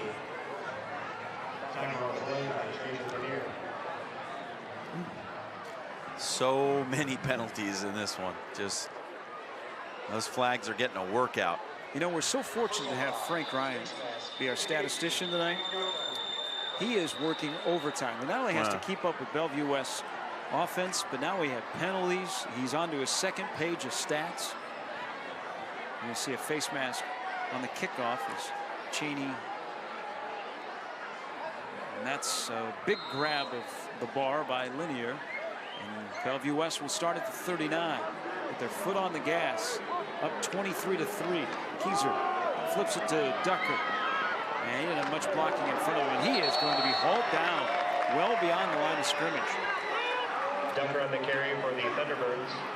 Tackled by Swanson for the Titans. It's good play by that Papillion South defense. Linear and company getting out there and shutting Ducker down on that run, getting him behind the chains on second down. Now, these next two are big downs for this defense. Got to get off the field and leave some time for your offense to put something together. Swanson and Sherman on the tackle for loss. It was a loss of 4. Keyser to put it up. Under pressure, his throw is incomplete. Whoa. Trajan Linear just blew up the blocker and almost got to Keyser before he let it go. Yeah, that was a heck of a pass rush from Linear. He leads this team in sacks. And that's the pass rush that we were looking for from the beginning of the game, from the outset. We said that Papillion South needed to generate some pass rush, and we haven't seen it until right then. Coming in 20 tackles, 9 for losses, 4 of those sacks. Another shuffle pass, which Ducker scored on earlier, as he dances his way for about 5. It'll be third down and long. Tackle the play by Chipman. 23-3 in favor of the T-Birds. Get a look at this shuffle pass from Keyser. And it's been a play that's worked nicely. There's good closing by that defense, and Swanson comes from all the way across the field to lay the lick on Ducker. It's also one of those plays, as you know, John, if you drop it, it's incomplete. Keyser will punt it away, and rugby style, it'll roll out of bounds. They will mark it at just inside of the 35-yard line. So Papillion South has good field position and 2:38 to go. They have 2 timeouts left. They finally got on the scoreboard on a field goal from 22 yards. They had a little bit of momentum going offensively. They got into a nice rhythm with Forsman, with his wide receivers and his running back Cotton. We'll see if that can continue, because their defense has put Bellevue West into a little bit of a lull. They've come out here in the second quarter and done a much better job. That's for sure. Now the offense has got to pick it up. Snap back to Forsman. And the pass is incomplete. A little high for the intended wide receiver, which is Will Swanson. Pass intended for Swanson. Incomplete. Bellevue West won the title 2 years ago. First state title in school history, which we all at the time said, is that really possible? As many great players are No kidding. coming through Bellevue West, but 2 years ago, first title for Bellevue West, and boy, was that one of the better teams. And an interception. This one is headed towards the end zone on a pick 6. Jack McDonald, from his strong safety spot, stood right in front of the pass and went the other way for a score. Forsman locked in on the wide receiver. Had no idea that McDonald was out there, and now Forsman's down on the ground. Trying to make the tackle. David Forsman, the quarterback for Papillion South, down. But let's get a look at Jack McDonald on the pick 6. Again, never saw him. No, he was locked in on the receiver. Never thought about throwing it any other direction, and loses his footing chasing down a streaking McDonald. And it might have just gone from bad to worse for Papillion-LaVista South. 44 yards on the interception return. Second interception of the night. Jack McDonald, he's a sophomore who starts at strong safety. And his second interception of the season. Again, they're tending to David Forsman, the quarterback for Papillion South.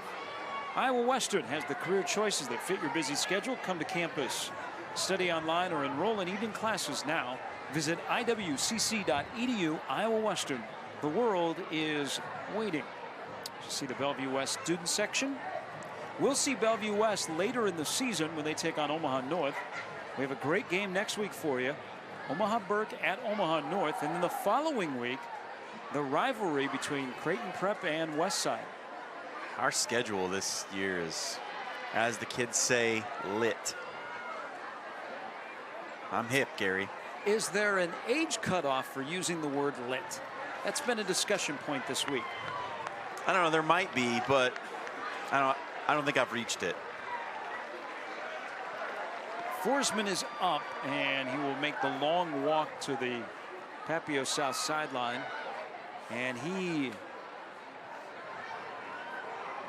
all of his teammates coming over, and he may have gotten his bell rung trying to stop McDonald from getting into the end zone. He was blocked down, and they will lead him, the training staff here at Papillion South, they'll lead him over to the sidelines. They've taken his helmet away from him.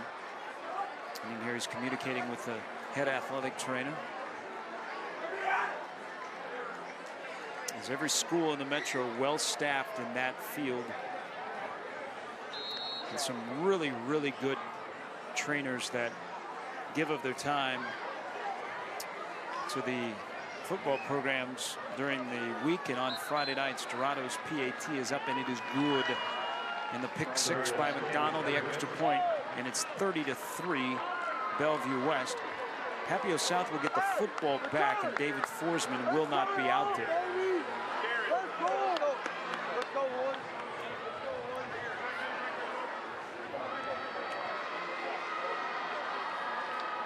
Also, we have Elkhorn South and Millard South later on in the season. And Bellevue West North game on October 12th. It's a rarity to get a really juicy matchup non-district that late in the year.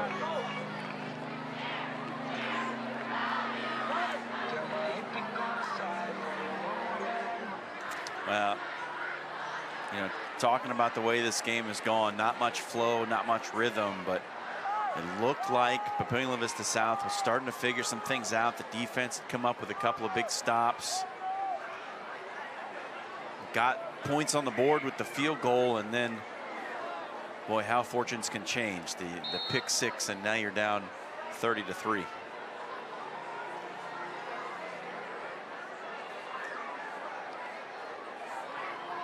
And you'll have your backup quarterback in the game when you get the football back. Dorado, the second time tonight, will just punch it out of bounds. They're not going to give Norblade a chance. Not at all. Yeah, Norblade took the opening kickoff of the season, 99 yards for a score in their rivalry game against Papillion-LaVista. The Reavers are back in action this season. Follow Iowa Western's championship sports teams, including football and volleyball. You can follow them online at GoReavers.com. Iowa Western, the world is waiting. Kicking team. 5 yards added to the spot, out of bounds. I think Mike Huffman might have listened in on my keys to the game, Gary. I said, don't kick it to Norblade, and they haven't yet.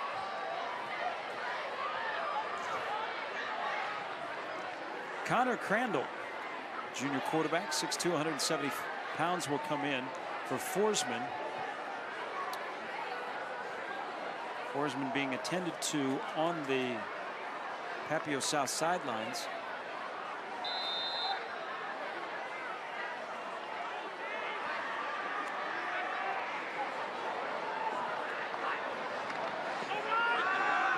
handoff to Cotton, hitting the backfield. That's the big fella. For somebody that is 6 foot, 360 pounds, his lateral movement and his hands are really good at the point of attack. He did right there. Shucked his blocker, got into the backfield, and brought Cotton down. He's had a nice game tonight. He's done a really nice job on the inside against what is a pretty decent offensive line for Papillion South. Nearing the end of the first half. A half that has been filled with plenty of flags. 30-3 in favor of Bellevue West. We'll see if they put it up for Crandall. Norblade in motion. They keep it on the ground though to Cotton. And again, minimal yardage. Bellevue West, really during this run since Mike Huffman's been the head coach, everyone talks about their offense, but we've seen him plenty, John. He always seems to come up with some really good, this front seven is really stout. Now, they might get into shootouts like they did against Westside, but for the most part, their front seven are pretty talented. They've churned out some guys now. And what about a guy from last year who we kind of got onto after seeing them a few times, Malik Room? He was something else and has continued his athletic career over across the river as well, or rather down the road at Peru State. Crandall keeps it, and he was tossed back as he hit the line of scrimmage.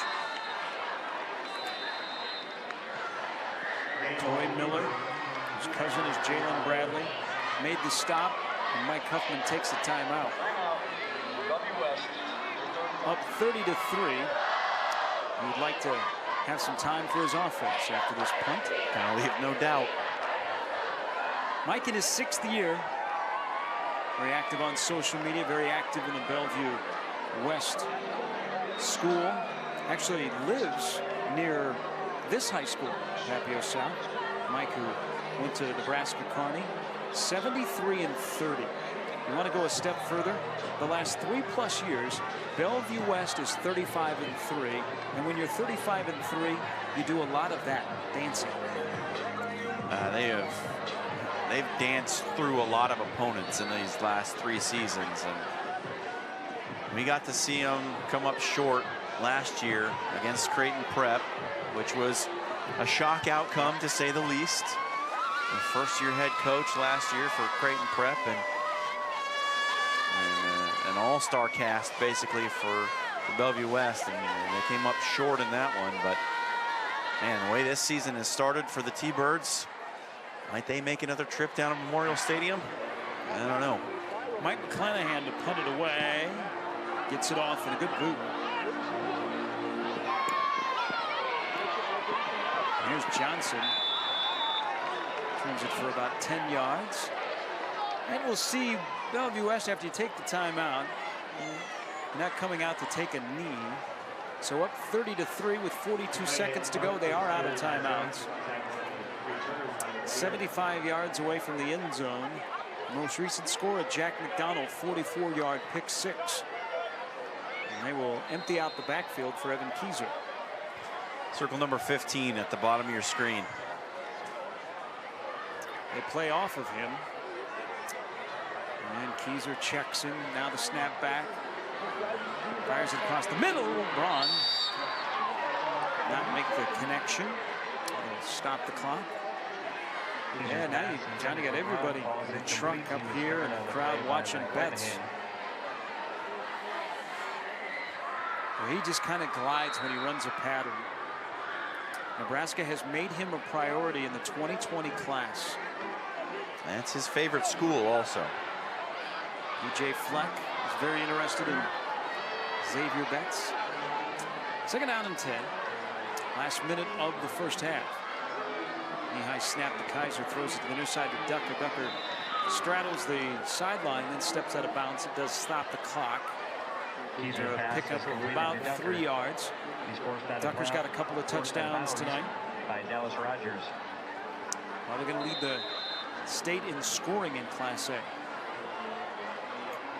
No timeouts for Bellevue West. It is 3rd down. 5 wide receivers at the disposal of Evan Keyser. Snap back to him, looks to Betts, fires it near side. Betts trying to get out of bounds. He's knocked out of bounds at the 40. Pick up a 12, stops the clock, 1st down and 10. for all this offense, that's just the second catch of the game for Betts. He had a couple of opportunities that he dropped early. Had that big touchdown reception for 50. And his second right there. Last year, he caught 57 passes, 15 scores.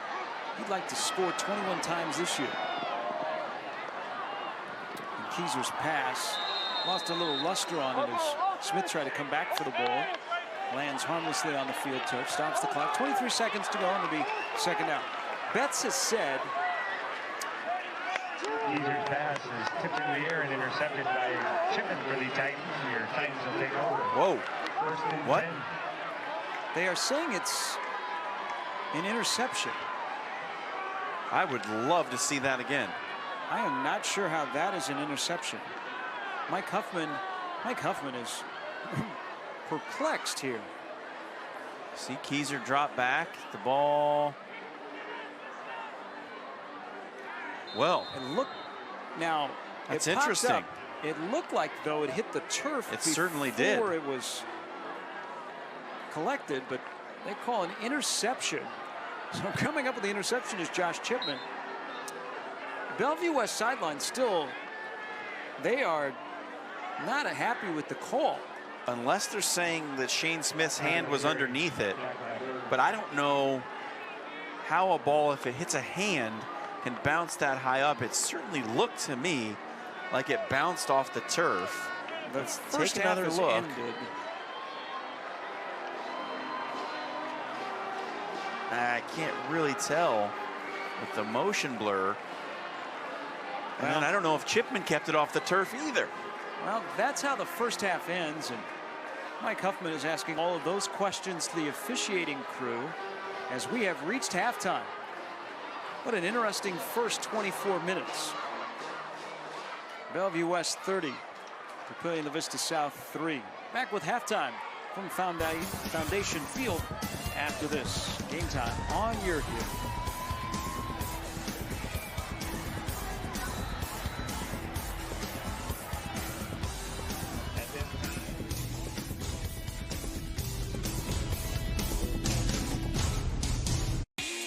The Gigablast Halftime Show, powered by Cox, is presented by Iowa Western, the world is waiting, and by Cox Business Security.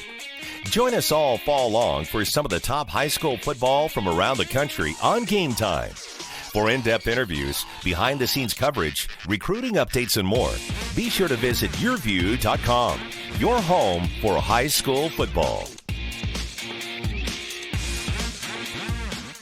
Okay. It's decision time. I want to experience a 4-year college in 2 years.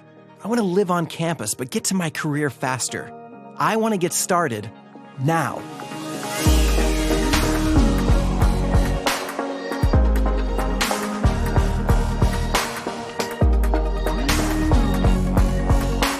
Find your path at iwcc.edu and get hands-on, real-world experience. Start now at Iowa Western. You're the decision maker, weighing every option to make the smartest choice. That's why you start with Nebraska Medicine, an entire network of top providers working together to keep you healthy. From extraordinary primary care to world-leading research and treatments, so you can be confident everyone's health is in good hands. The state's most comprehensive care in 19 locations. Nebraska Medicine.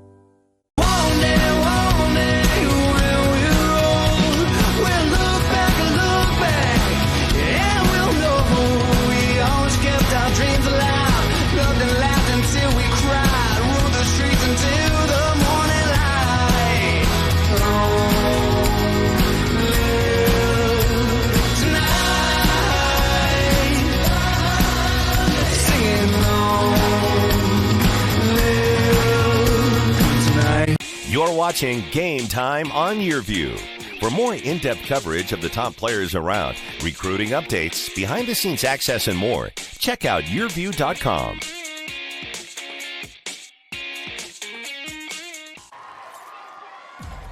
Halftime at Foundation Field in Papillion, where the number 4 team in the state, Bellevue West, number 1 offense in the state. They put up 30 in the first half. They lead Papillion-LaVista South 30-3. Along with John Schreiner, I'm Gary Sharp, and the rest of our fantastic Game Time crew on a Friday night for football on YurView. Bellevue West student section. I saw last week in a win over their crosstown rival Bellevue East at halftime, Bellevue West had scored 62 points. We're going to get to hear the sounds of a Friday night at Foundation Field, the great Papillion South band, in just a moment. But here are the rankings in Class A. Omaha Burke, which we saw last week and we'll see next week, 2-0. They're taking on Central tonight. Creighton Prep playing Lincoln High, who might be the best 0-2 team, John, in the state. Junior Jays are 2-0. Omaha North now 1-2 after losing last night to Millard West. Bell West, Grand Island, Millard South, all 2-0. Millard West now 2-1. Then Lincoln High, West Side, and Elkhorn South round out the top 10. Not too surprising names on that list. You look right at the bottom of the first column, number 5, Grand Island. Unranked to start the season. They have gotten 2 big wins to come out 2-0 through 2 weeks. Moved all the way up to number 5. And then Elkhorn South, how about them at 2-0? Win over Millard North last week. First time in Class A, and the Storm have cracked the top 10. So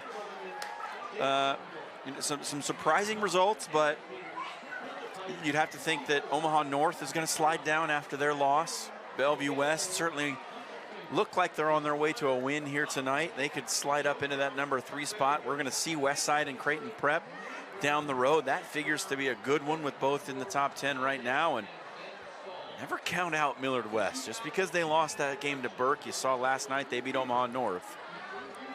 And you just can't count out Kirk Peterson's bunch, especially with the defense and the way we've seen them play. Again, next week, the game of the week will be Burke at North, a rematch of the semifinal.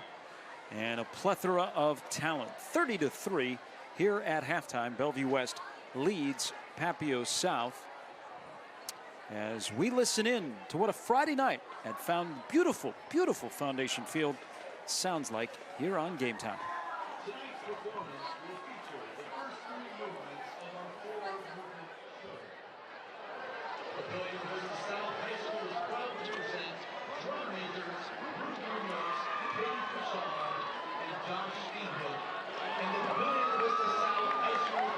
Marching band.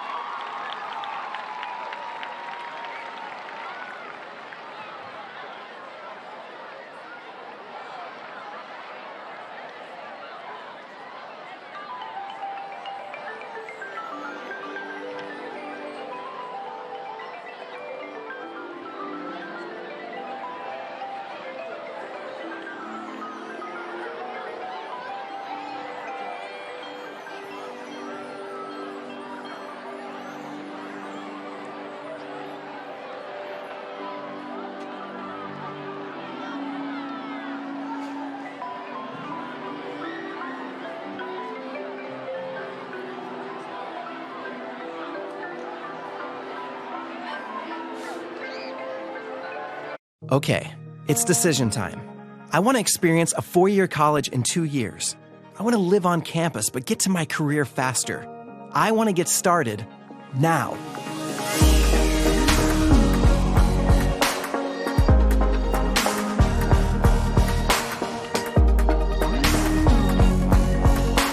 Find your path at iwcc.edu and get hands-on, real-world experience. Start now at Iowa Western.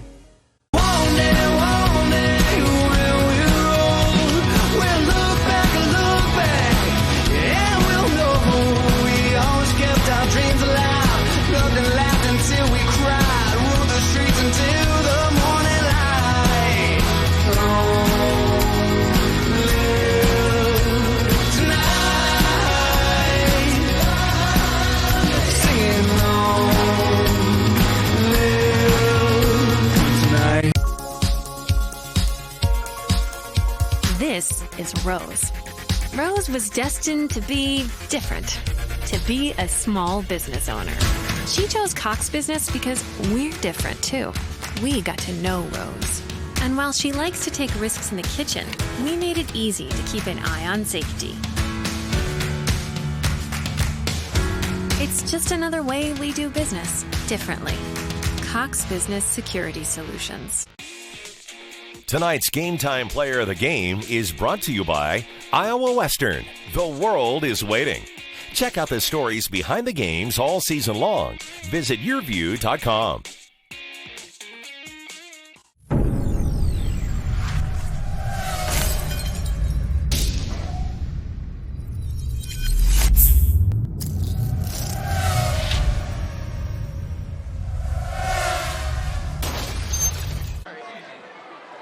Halftime in Papillion, 30-3, Bellevue West leads Papillion-LaVista South. That has been all T-Birds tonight. Most prolific offense in Class A. Averaging over 500 yards of offense, 81 put up last week. And it's not been the prettiest thing, but Bellevue West has been pretty strong here in the first half. Early turnover, that was kind of a story tonight for the Titans in the first 24 minutes. Well, just when it looks like they've got something going, a penalty or a turnover has really come back to bite them.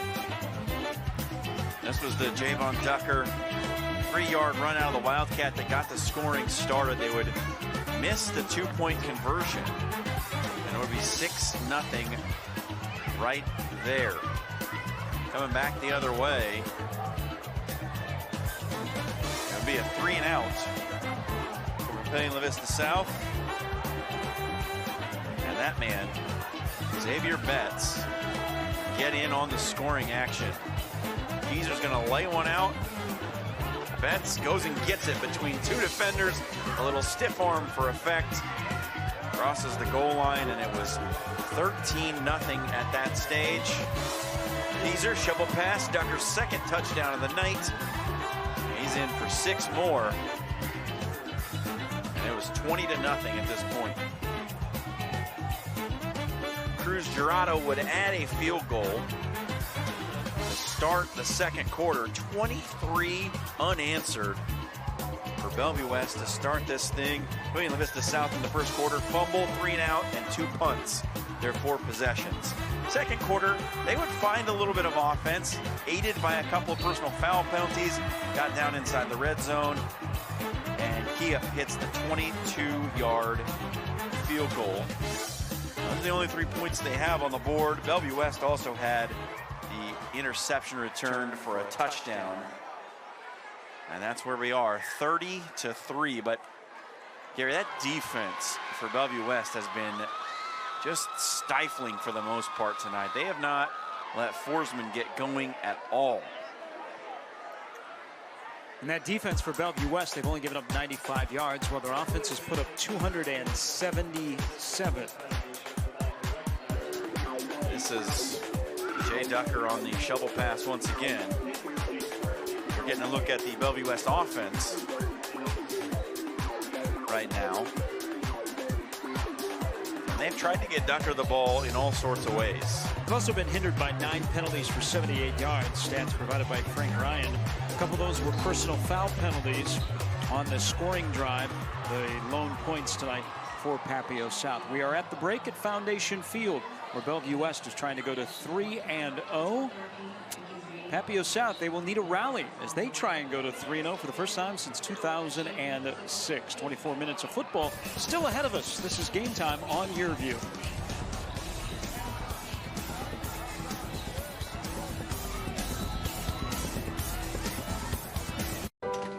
You're the decision maker, weighing every option to make the smartest choice.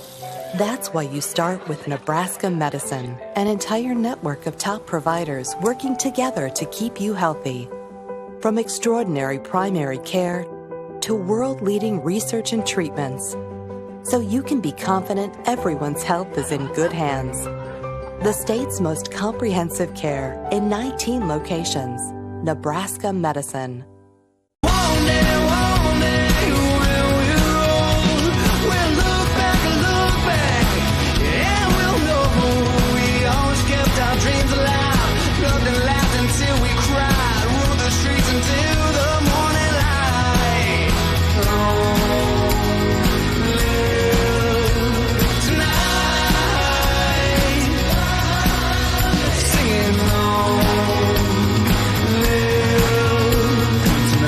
Okay, it's decision time.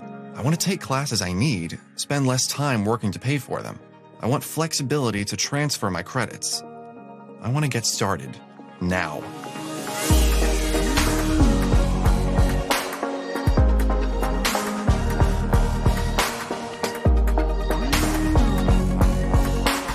Find your path at iwcc.edu and get hands-on, real-world experience. Start now at Iowa Western. This is Rose. Rose was destined to be different, to be a small business owner. She chose Cox Business because we're different too. We got to know Rose. And while she likes to take risks in the kitchen, we made it easy to keep an eye on safety. It's just another way we do business differently. Cox Business Security Solutions. Only matchup of unbeatens in week number 3 here in Class A. Bellevue West leading Papillion South 30-3, along with John Schreiner. I'm Gary Sharp and the entire Game Time crew. And you, Papillion South cheerleaders, enjoying a Friday night of football, week number 3. We know that we have Burke and North next week. We've been telling you that North upset by Millard West last night. Some interesting scores around the Metro in the top 10 right now, John. Yeah, some halftime scores for you. Omaha Burke and Omaha Central.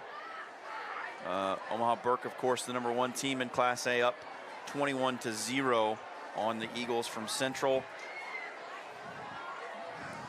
Number 2 Creighton Prep trailing at the half to number 8 and 0-2 Lincoln High by a score of 28-7. So a bit of a surprise right there. And Lincoln High lost in double overtime after rallying to get the game to the extra session against Bellevue West, and then they lost to Grand Island at home last week. I'm going to say they're the best 0-2 team in the state.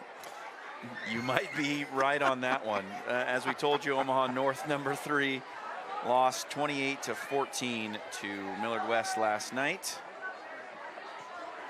Just bringing up the rest of the scores here. Bellevue West, of course, our game in progress. Grand Island, number 5, up 35-0 on Papillion-LaVista. Number 6, Millard South, leading Millard North 14-10 at the half. Number 9, Omaha Westside 22, Lincoln Southeast 0. That game is at halftime. And at the end of the first quarter, Elkhorn South leading Lincoln North Star by a score of 7-6.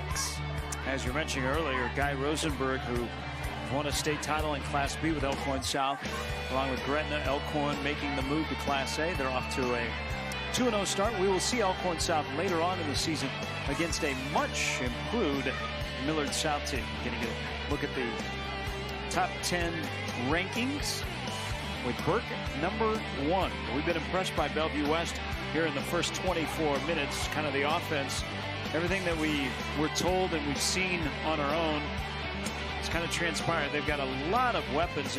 Really, they have not missed, and they caught a fortunate break. When you lose your starting quarterback to a season-ending injury, you're thinking, oh boy, now we got to get the number 2 guy coached up. Well, the number 2 guy actually was the number 1 guy in the state championship year. So Mike Huffman catching a break. Evan Kieser they don't miss a beat at quarterback with Evan Kieser. Yeah, it's tremendous. And Gary, just looking up and down those scores, Creighton Prep goes ahead and loses to Lincoln High as they're down 21 at half. We might be watching the second best team in Class A right here in Bellevue West. I mean, they've certainly performed to that level up to this point in the season. Now, 160 points scored through 2.5 games. This offense is nigh on unstoppable. And keep an eye next week. In a great week of high school football, we have the game of the year in the regular season. Burke and North in Class B. York and Scott, a rematch of the Class B final is taking place. But Bellevue West is at Elkhorn South next week in week 4 of the high school season. Yeah, just some really interesting storylines around the Metro this year, and a lot of it stems from that 2020 class, as we've hit on. Just the recruiting attention that this area is getting on a national level, and so many big-time players plying their trade right here in Omaha this season and next season as well. 30-3. Bellevue West leads Papillion-LaVista South. Second half kickoffs coming up next. Game time on YurView. Here's to the do-gooders. They're the early risers,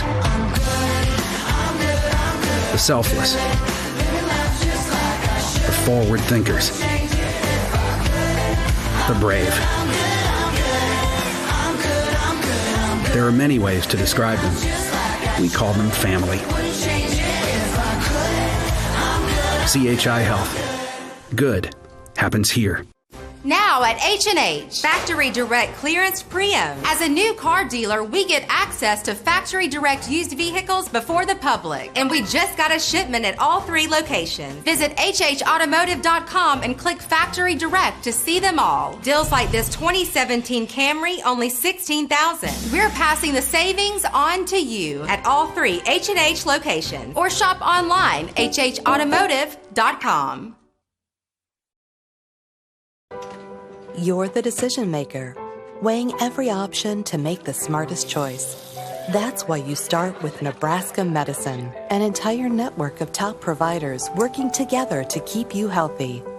From extraordinary primary care to world-leading research and treatments, so you can be confident everyone's health is in good hands.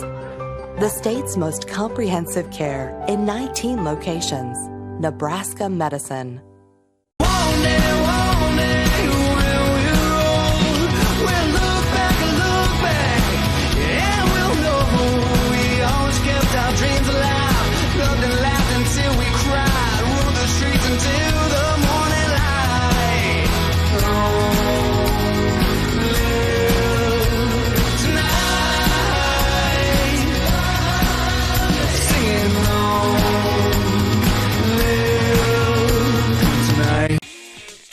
Tonight's Game Time Player of the Game is brought to you by Iowa Western. The world is waiting. Check out the stories behind the games all season long. Visit YurView.com.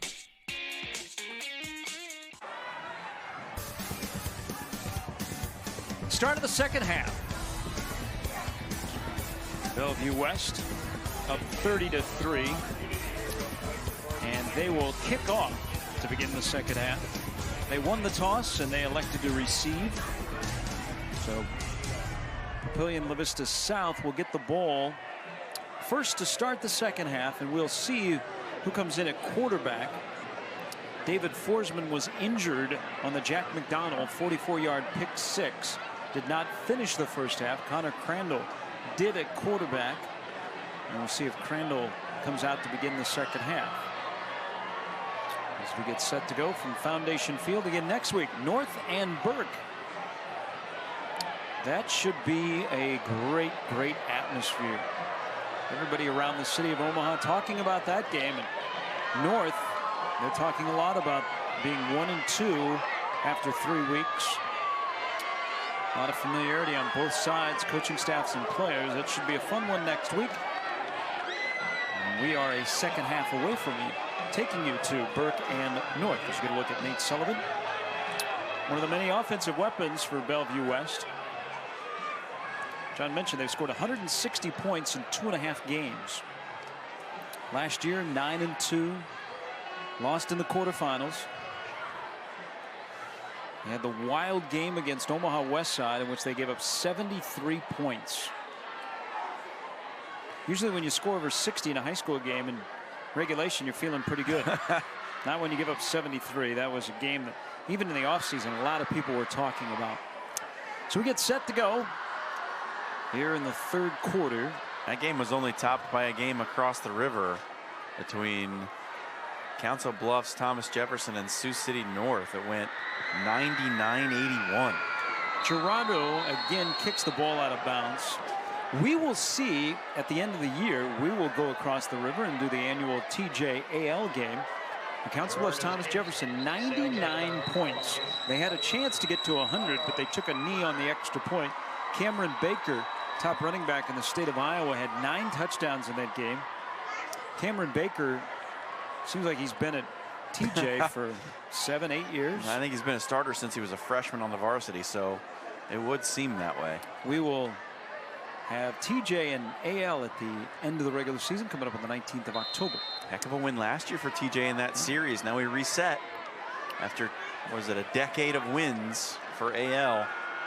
And we reset here. Crandall is in at quarterback and goes deep down the sideline, but just misses his wide receiver.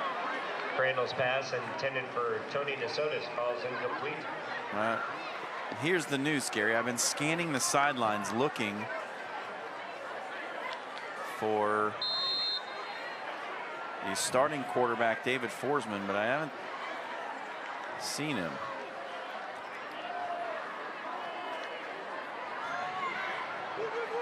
Connor Crandall in, finished up the first half after the injury to Forsman. We'll give you an update on Forsman in just a moment.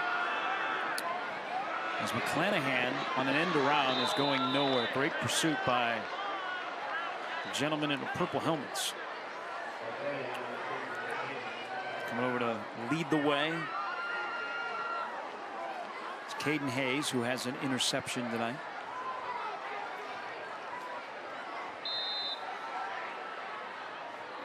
It'll be 3rd down and 13. Just underway in the third quarter. It has been all Bellevue West here tonight. Last year in this game, they won by a score of 55-37. Joe Dolenchek in that game threw 7 touchdown passes. Here's Chandler Cotton with a good burst into Bellevue West territory. It'll be short of the first down. Cotton on the carry for the Titans, tackled by Hayes. Well, down 27. You're across midfield. You might think about going for it here, but it doesn't look like Clemenger's going to do that.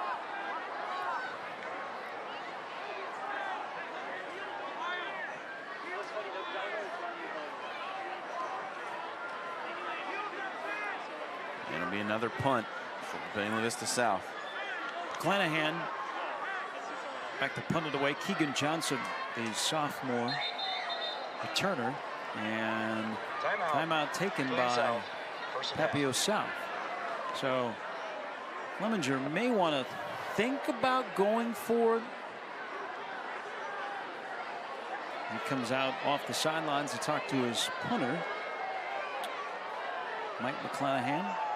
Papillion South next week, they have Kearney here. They play at Lincoln Northeast, and then at the end of the month they have Omaha North. Non-district game. Papillion South is in District 1. They shuffled the districts in Class A this year as they went from 28 to 32 teams. In District 1, along with Papillion South, Omaha North, Lincoln Southeast, Lincoln Northeast, and Bellevue East. So Papillion South right now is the only unbeaten team in that district. North is 1-2, Southeast 1-1, Northeast 2-1, and Bell East 0-2. So no change on what the Titans want to do. They will punt the football away. Look at Mike Huffman. He's chomping on that gum to get his offense out there for the first time here in the second half. An offense. And it's a fake. Nope, now McClanahan will punt, and he punts it almost straight up the chute. Rugby style, he was looking downfield, and he went with the punt, and the punt will be a grand total of 6 yards.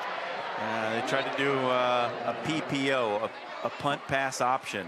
Or actually, Frank Ryan has corrected me. I should listen to Coach over here. That was a 2-yard punt. Less than ideal. He's looking, and I think he has the option to throw it if he sees someone open. But if it's not there, just go ahead and kick it. And he got that one really high up on the laces. Ducker's not going anywhere. He's hauled down by Rogers. Rogers is a really good player for Papillion-LaVista South. Number 1 in the state in tackles, 32. Last year at 121. He's also a great ambassador for this football program in this school. He's done some leadership training with the NSAA. Just a good kid is what his coach said. Second down and 10. And the pass is dropped. That would have gone all the way for Isaiah Sherman, but he couldn't hold on to the football. And Gary, this is kind of the story of the night for Papillion-LaVista South, summed up in a single play. Right there on the verge, staring down 6 points, and Sherman just doesn't come up with it. Now Keyser gets a new life on 3rd down. Inside handoff to Ducker. And Ducker just keeps bowling his way forward. Got to the 45. It will be short. First down by a couple of yards. Ducker on the carry for the Thunderbirds. Sherman will be dreaming of this tonight. Maybe not a good dream. It's one of those long out routes that you've got to put a lot of arm into. Keyser doesn't quite get enough zip on it, and Sherman was right there, and by all rights should have had a touchdown. 4th down, Bellevue West going for it out of the Wildcat. Snap back to Ducker. Now he's got to find some room, and he won't. He's denied, and the T-Birds will turn it over on downs. All right, great play coming up from that linebacker, Dallas Rogers, who we talked about. Just a great play to get outside and make the tackle on Ducker. Rogers is only a junior.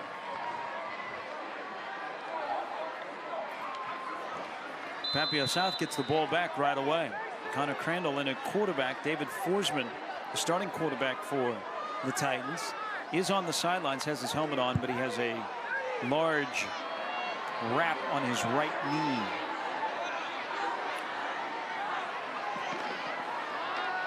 Inside handoff to Cotton, and then Cotton is hauled down in the backfield. Tackle for loss for Logan Bird. And Sam linebacker. Bird's been really active tonight. He's been around the football all night long, and he and Ryan Rogers, the two in the middle for Bellevue West, you got to give them a lot of credit. They've done a nice job slowing down Cotton, who, you give him a little bit of space, he can get loose and do some damage, but it's a great tackle right there by Bird. Loss of 3. They'll try it again with Cotton. And Cotton again is hit behind the line of scrimmage.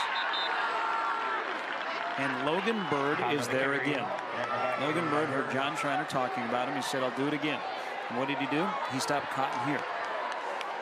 Well, as I said in the first half, the linebackers for Bellevue West have done such a nice job.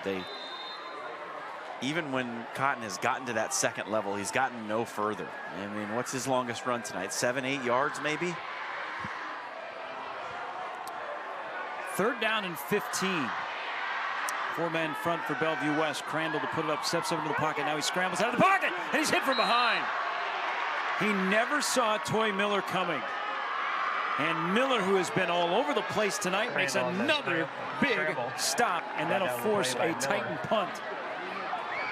Well, it's actually good protection from this Papillion South line. Crandall's got plenty of time, steps up, and then just doesn't see Toy Miller filling in for the injured Jalen Powell and having himself a night. Another punt from McClanahan.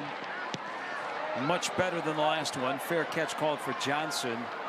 And he will take it right at the 20. 7:05 to go in the third quarter. Bellevue West gets the football back after turning it over on downs in their first possession. Up by a score of 30-3. On Game Time on YurView. You can look at Javon Tucker. A couple of touchdowns tonight. Been offered by Purdue, South Dakota State. We expect the Boise State offer coming real soon.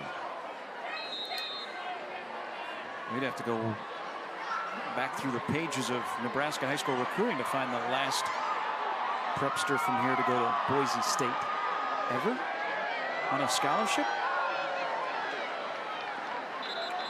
Be interesting to know if there has been one. Middle of the line of scrimmage for Ducker has not been a home as he is thrown back after he got to the line of scrimmage.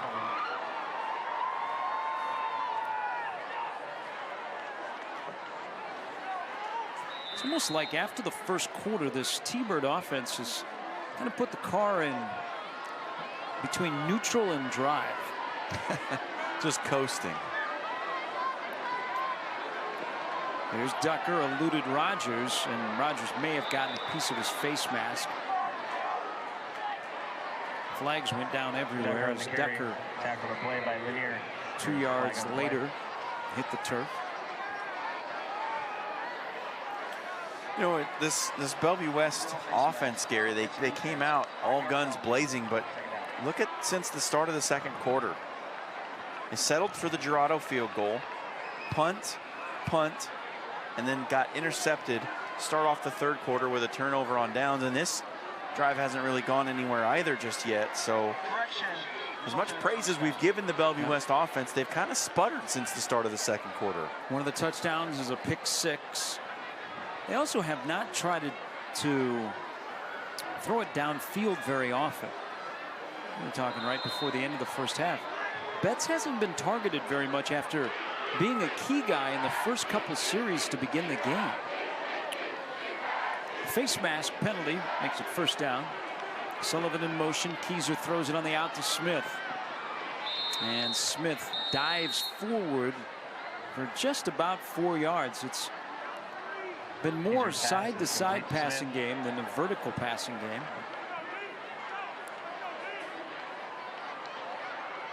There's Morgan Braun.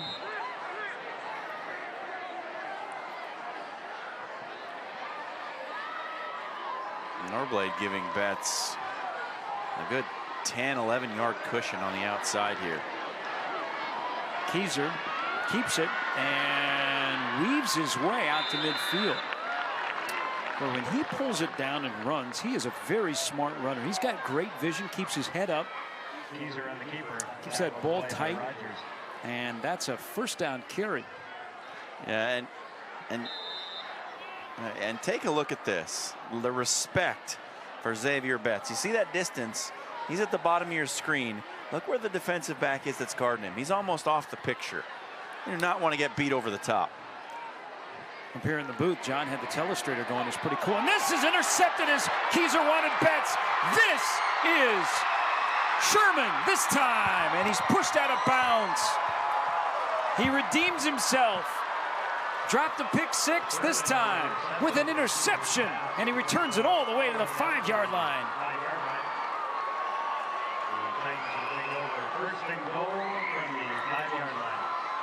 How about redemption?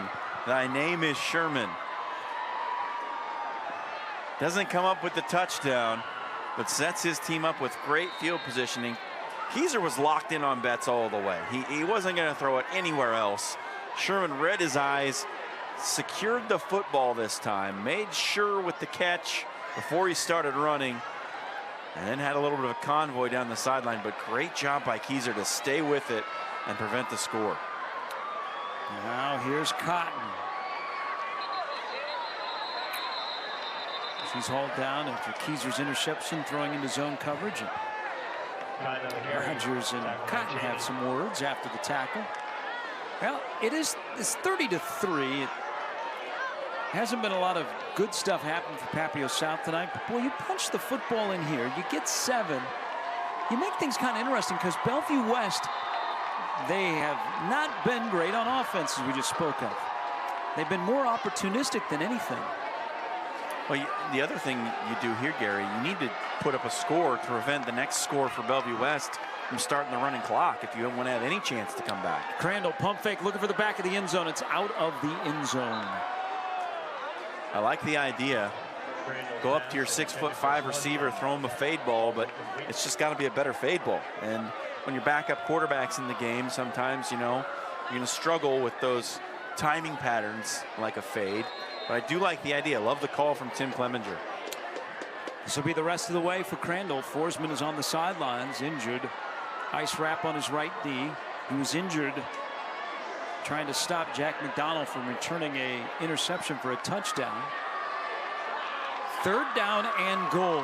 Crandall, the junior quarterback, is hauled down in the backfield. He was going nowhere. Did not fool Bellevue West. No, he certainly didn't. And that was Jalen Powell, who we didn't think was going to play tonight. But there he is, out there making a big tackle on one leg. So he registers his 4th sack. And on 4th down, Tim Clemenger wants to put points on the board. So he'll send in his place kicker, Zach Kiep, who already has a 22-yard field goal. This one is from 24. McClanahan will spot it. Snap back. Kiep's kick is up, and it is good. And all 6 points tonight belong to the right foot of Zach Kiep. 30-6, 3:34 to go in the 3rd quarter. From Foundation Field in Papillion, this is Game Time on YurView.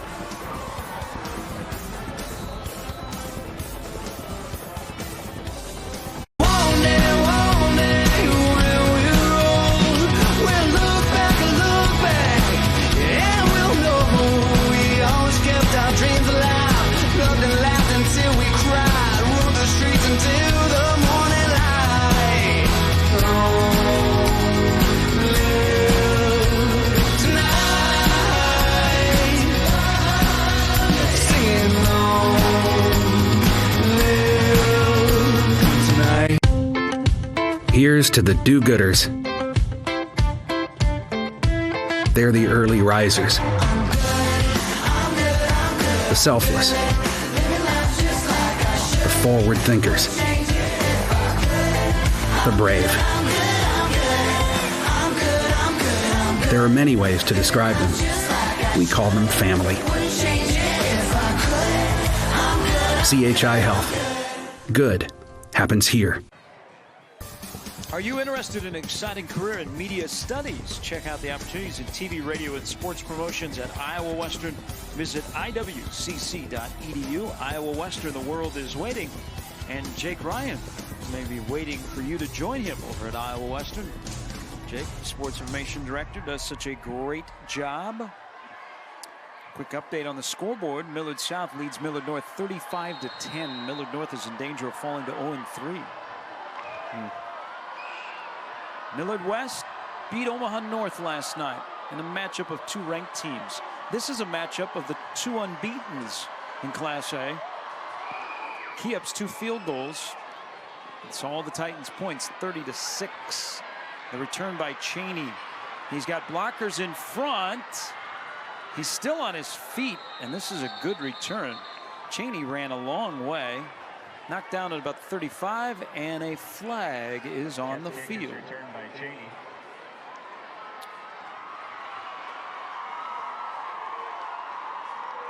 Big surprise, right, Gary?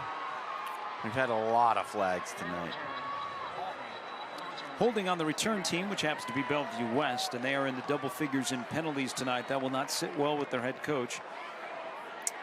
This is, I talked earlier, it seemed like a disjointed game. It's really been, on that side of the football for Bellevue West, a disjointed night. Well, it really has. They came out, had a turnover on downs, then scored touchdowns on 3 straight possessions, and you thought, okay, the machine is running. Well-oiled, all the wheels greased, were ready to go, and just kind of stalled out through that second quarter, and it's extended through the halftime. And credit to Papillion South. One of the reasons is Ducker has not been able to get going. No, he really hasn't. This Titan defense has done a good job of finding number 8. And there they haul him down again with lots of hats to the football. And as a response, Bellevue West really hasn't been able to get anything going in the passing game. They've kind of depended on Ducker to be the offense outside of a couple of big catches. And another big hit and a big stop. That's Chase Norblade coming up from his cornerback spot. That's one of the reasons there's a lot of the small to middle-sized schools in the Midwest high on Chase Norblade. Not afraid to come up and make a tackle. Kind of, he plays corner in high school, but the word is a lot of those schools are looking at him to play like a strong safety type. You know, up until last year, he was quarterback and a linebacker. All kinds of motion. This will be on Bellevue West. Norblade has been offered, in particular in Division II, Minnesota State, which is one of the top programs in Division II, Augustana, Bemidji State, Emporia State, more to come. Now the South Dakota and South Dakota States are interested. He's a really heady football player. Went from playing cornerback, linebacker to wide receiver, cornerback. Doesn't leave the field. Keys are rolling out, throws it deep down the field for Braun. He catches it and is quickly escorted out of bounds to the 30. That's a pickup of 15. Keezer's pass is complete to Braun. It's one of the better passes we've seen Keezer throw in the last quarter and a half here of this game. And T-Bird's going to stay on the field. 4th down and short, up 30-6. Wildcat Ducker, did he get the first down? I don't think he did. No, he didn't. He's a yard short. He is going to be a yard short. And the Papillion South defense comes up strong. Ducker on the carry, tackled by Ethan Lamb, junior defensive lineman. There he is right there. Oh, he's fired up. He makes a play on a guy that's going to be playing on ESPN someday. Now he looks in the stands. Where's mom? Where's dad? See that play? Yeah, now he's feeling really good. He gave us a wink. Again, Papillion South defensively. They have shown up. Yes. Now, can they show up again on the board? 2 field goals. Flag thrown before the snap. And this penalty will be on the Titans. Oh, yeah. On Bellevue West, encroachment on the T-Birds. I thought it was on Papillion South. I made the call up here in the booth and led you astray, Gary. So I apologize. Remember, the Titans, it was not their penalty. It was not, no. Denzel will be proud. You know, I've been holding on to that one. I know for you a have. while. Yeah. Took you a while to get it out there, though. Yeah, I thought this was an appropriate time. 91 seconds to go in the 3rd quarter, 30-6. And guess what, boys and girls? There is another flag. Contrary to popular belief, the officiating crew is not paid by the amount of laundry they throw on the field. See, I was just a play early on my false start call. Yes. What people cannot see, and maybe one of these Friday nights we'll get a camera that will have the auxiliary channel, which is just a camera focused on John, because John mimics what the official is signaling on your screen. It is quite entertaining. And it's probably even more entertaining when you get the call right and they get the call wrong. That's right. Which happens all the time, of course. Yeah. Snap back to Crandall. He'll keep it. And he won't go anywhere. There is Toy Miller in there. Also, David Shannon and Tyler Cheney. That's those front four. Can't give enough praise to those front four from Bellevue West tonight. They've been all over it. They've slowed Cotton down. They've gotten after whoever the quarterback has been between Forsman and Crandall, made their lives miserable. And just think how different this game could be if those 2 field goals were 2 touchdowns. This would be a 30-14 game, and Papillion South would be looking to make it close right here. Crandall to throw it in a quick pass. It's incomplete across the middle. Well, and then you're going to get greedy. That Sherman drop, pick 6. Sure. Passing complete will bring up 3rd down. Papillion-LaVista South, they won state titles, most notably in girls cross country. They had a dominant volleyball program. Never won a state title in football, but they have been a staple of the playoffs. The school opened up 15 years ago. A rise in population here in Papillion. They're down in 14 for Connor Crandall in a quarterback after the injury to David Forsman. Now he's pressured out of the pocket, steps up, throws it back across the field, and it is incomplete. And that's dangerous. That is very, very dangerous, because Caden Hayes, who has an interception tonight, was in the vicinity of trying to get number 2. It'll be 4th down.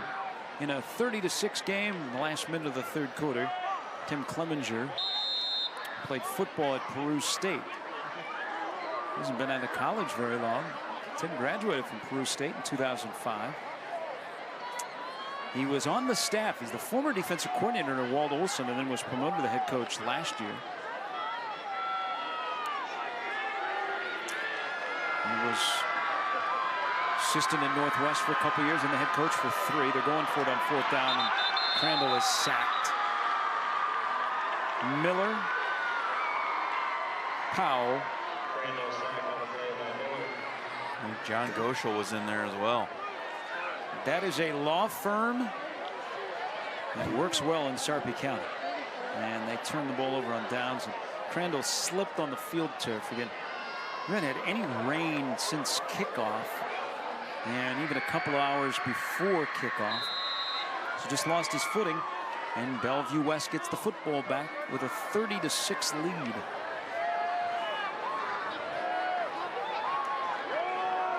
Here's Ducker. Ducker's in trouble again. He's going nowhere.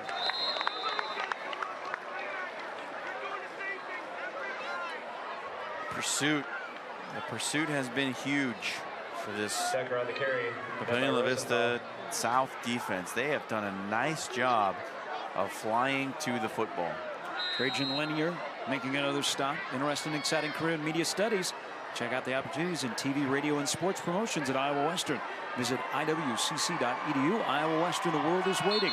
We will not get a playoff here. The 3rd quarter is over. Bellevue West shut out in this quarter. We'll go to the 4th. The T-Birds 30. Papillion-LaVista South 6. This is game time on YurView.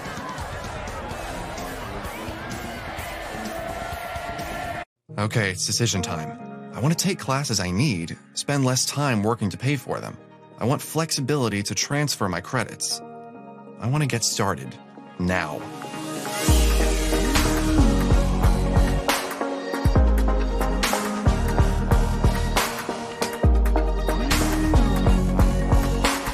Find your path at iwcc.edu and get hands-on, real-world experience. Start now at Iowa Western. You're the decision maker, weighing every option to make the smartest choice. That's why you start with Nebraska Medicine, an entire network of top providers working together to keep you healthy. From extraordinary primary care to world-leading research and treatments, so you can be confident everyone's health is in good hands. The state's most comprehensive care in 19 locations. Nebraska Medicine.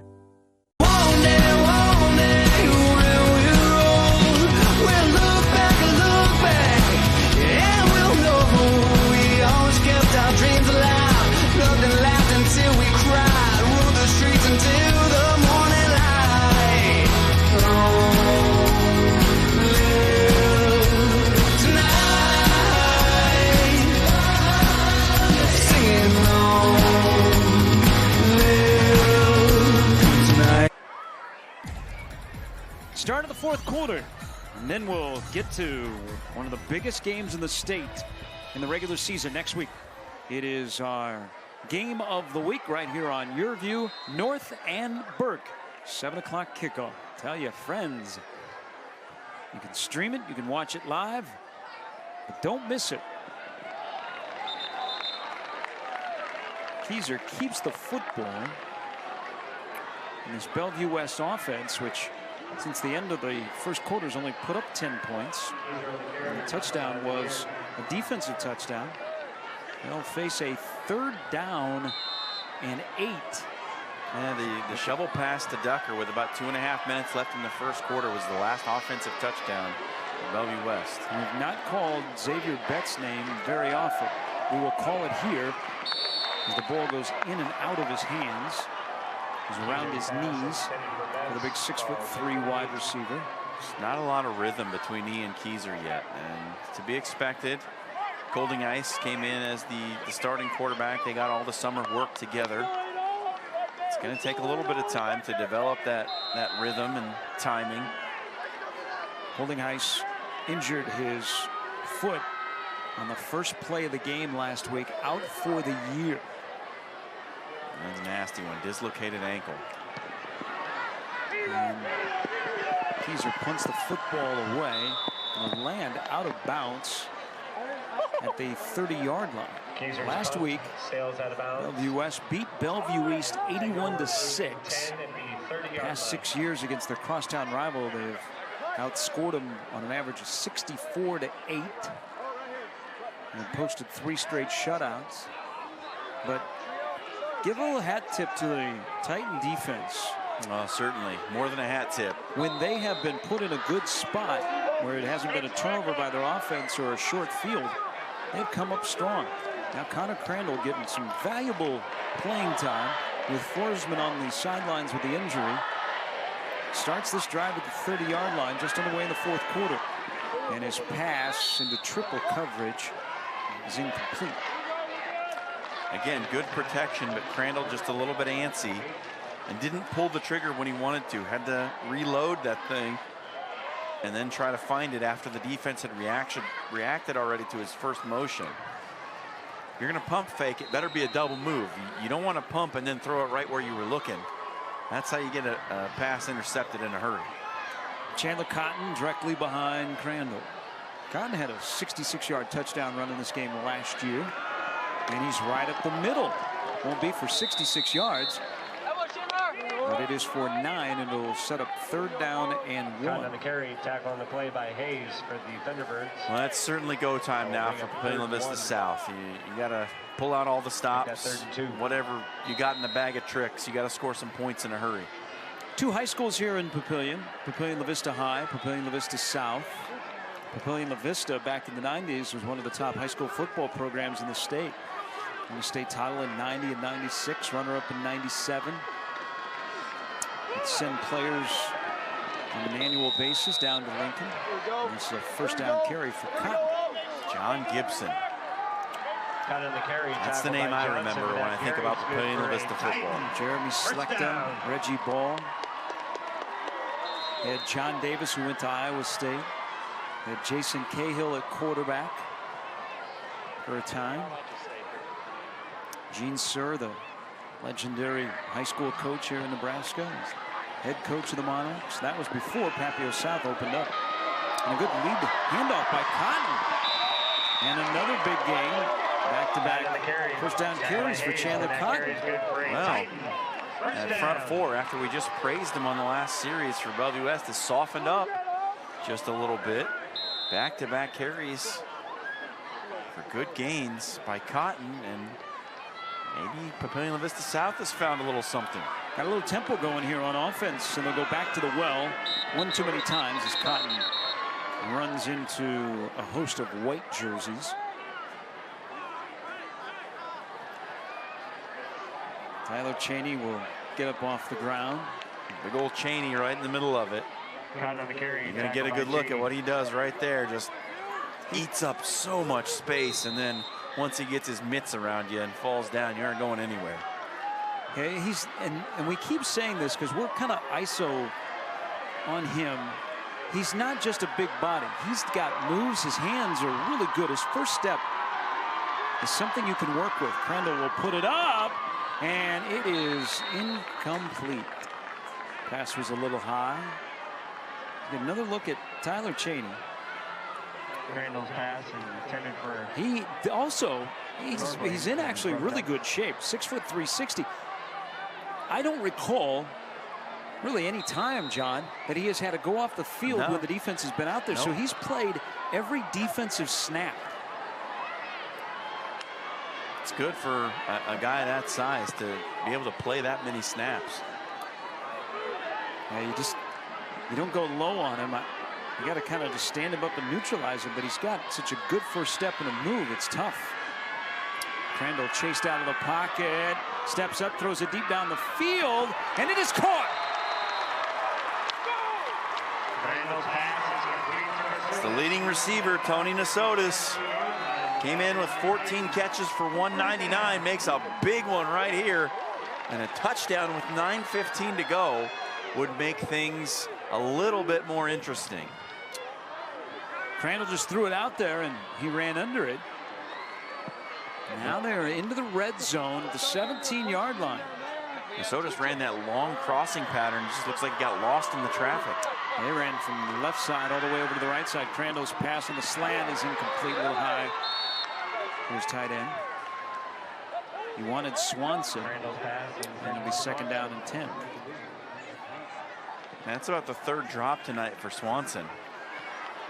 He's got such a big body. He's just got to post up and make the catch. This is the previous play for Nasotis. You see, he'd come all the way across. He was lined up on the left side. And ends up making that catch on the right sideline. Cruz Gerardo kind of gave up on him.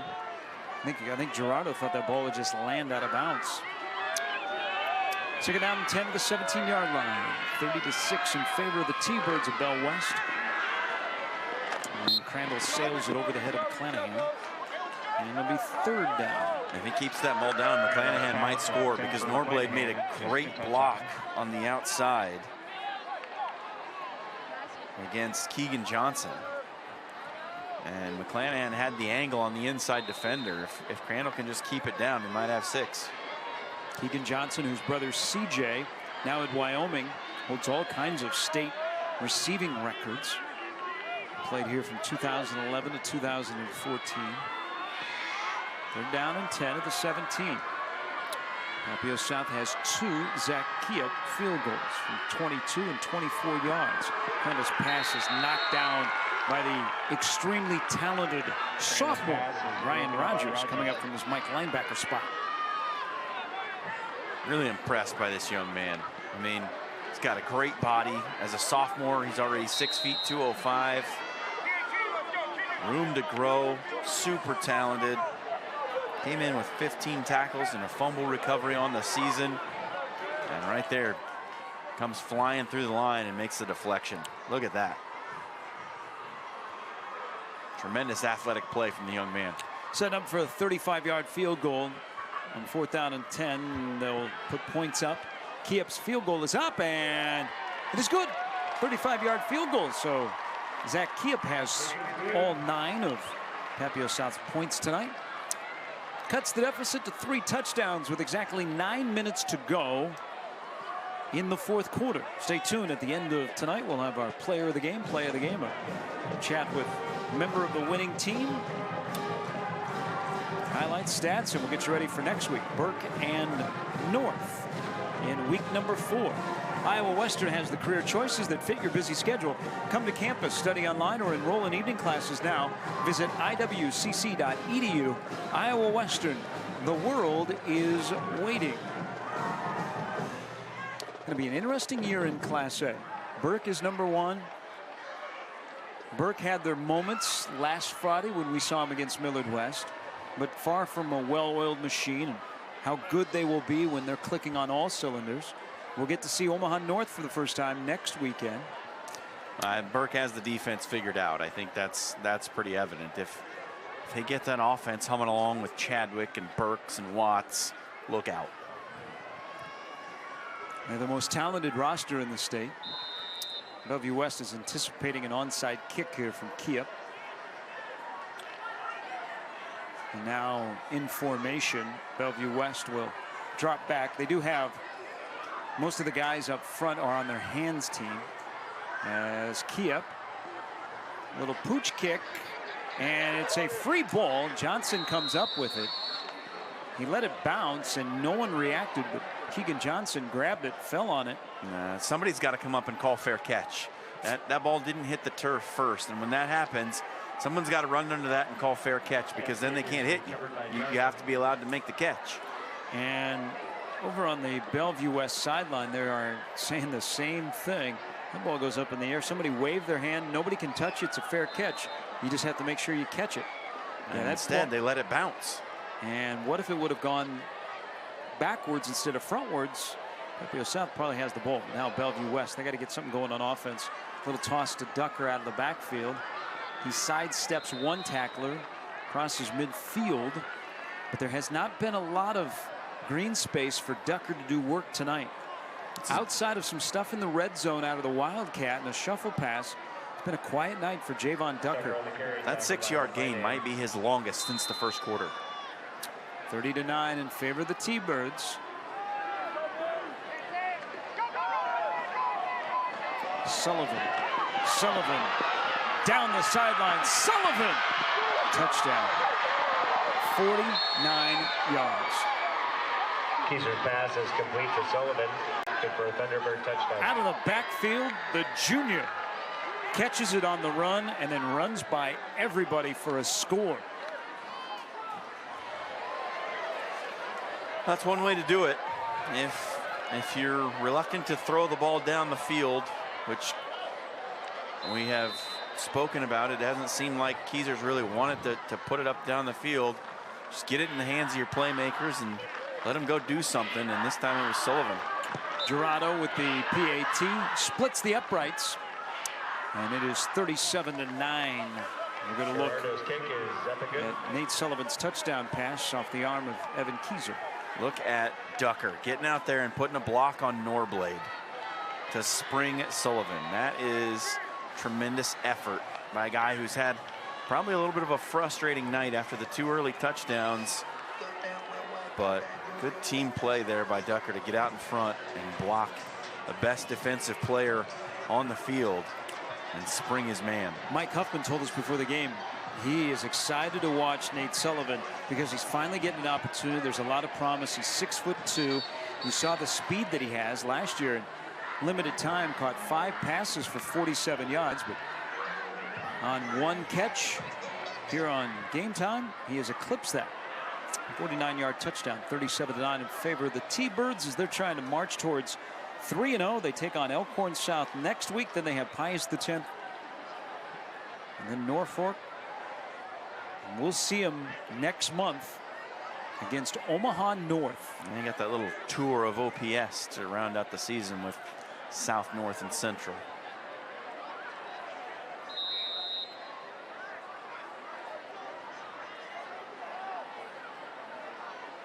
Now Gerardo will kick off, and it's kind of taken a little bit of the life out of the Titan sideline and fans in front of us. With 8:19 to go, and Gerardo will send it into the end zone for a touchback. Along with John Schreiner, I'm Gary Sharp, our entire Game Time crew. Good to see all of them out with us tonight. This week on YurView's high school football recruiting podcast, Over the Middle, Jeremy Crabtree, joined by Joe Johnson, the creative director for the University of South Carolina. Johnson was one of the pioneers of edits, the social media designs that are the most important part of the recruiting process. Jeremy also catches up with Graham Mertz, the nation's #2 quarterback and a Wisconsin Badger commit. All that and more on this week's episode of Over the Middle podcast. Check it out at YurView.com. So much great information at YurView.com, including this week, John's story on Xavier Betts. It was a fun chat I got to have with Xavier and his head coach. Caught him during the morning weightlifting session. Were you actually lifting weights with him? I wasn't, no. Have you seen me lately, Gary? You have been known to throw some iron around. I have been in the past. Yes. Yeah. Usually before we go on the air, we have a weightlifting contest. Have you seen some of the guys on our crew? I wouldn't want to get into that. That's John Schreiner. I think our crew... I'm saying because I would lose. Oh, okay. I'm saying our crew is the strongest around. And we'll put our crew up against any other Game Time crew across this country as we welcome in our viewers from all over the U.S. Thank you very much for making Nebraska high school football part of your evening from Foundation Field in Sarpy County. 37-9. Bellevue West leads Papillion South.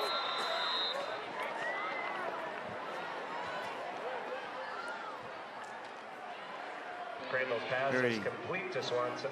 Tackle on the play. It's a friendly staff here. It's a great hospitality here at Foundation Field. A gentleman just came up, didn't realize we were on the air, and asked if we'd like something to drink. I mean, wow, we didn't even have to throw out the smoke signal or anything like that. Not at all.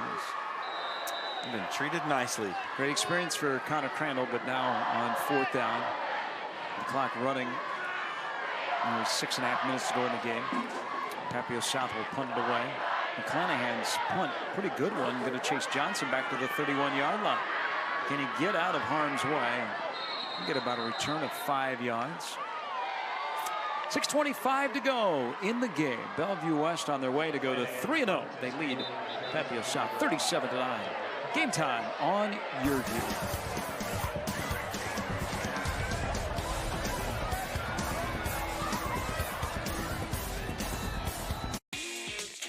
Tonight's Game Time Play of the Game is brought to you by Cox Business Security.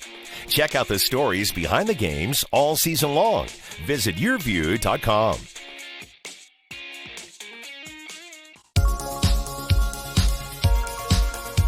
This is Rose. Rose was destined to be different, to be a small business owner. She chose Cox Business because we're different too. We got to know Rose. And while she likes to take risks in the kitchen, we made it easy to keep an eye on safety.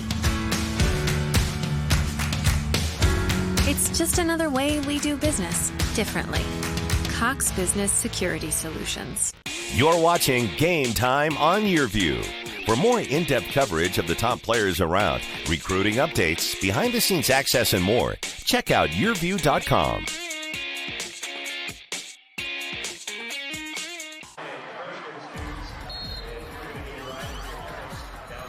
Friday night of football turned into a very comfortable evening after a week full of rain and inclement weather.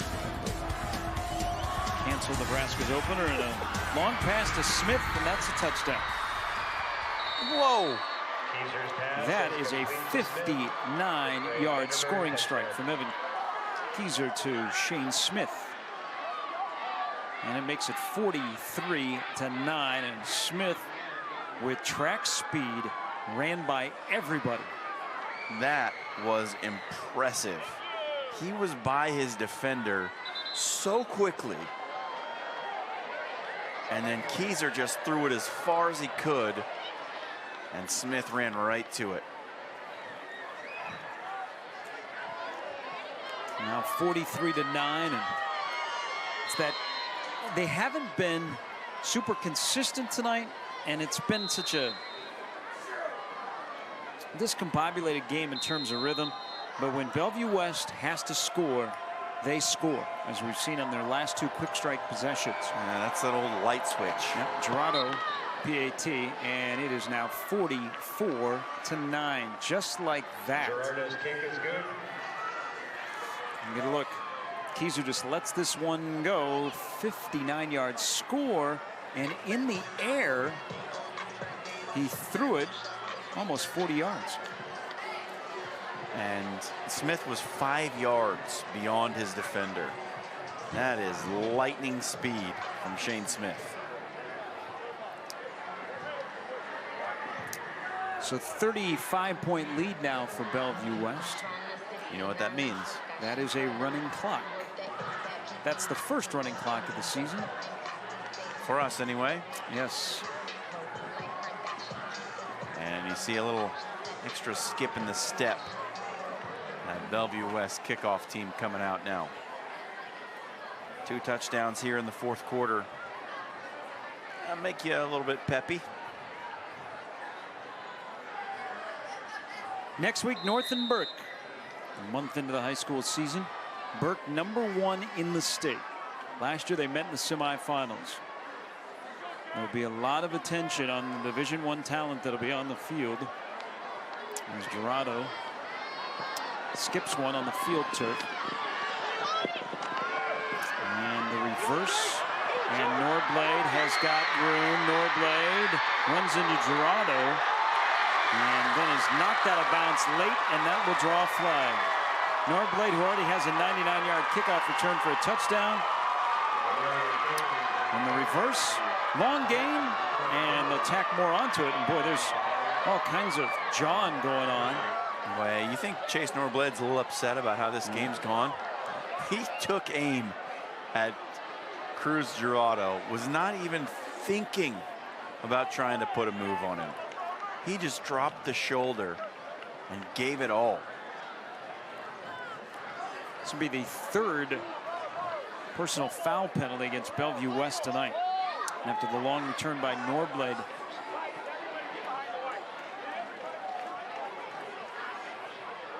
They'll add 15 on to the return. There's 6:05 to go. Clock currently stopped. There's Mike Huffman. His comments after the game to his team will be quite interesting. And glad to be out of here with a victory. I think there's parts of what happened tonight that he knows that they have to correct before they play a very good Elkhorn South team next week. Well, they've got to curb the emotion a little bit. Crandall from McClanahan, wide open, touchdown.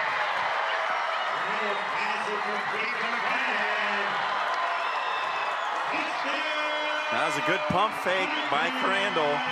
He got the corner to bite. And McClanahan was behind the defense. All he had to do was lay it up.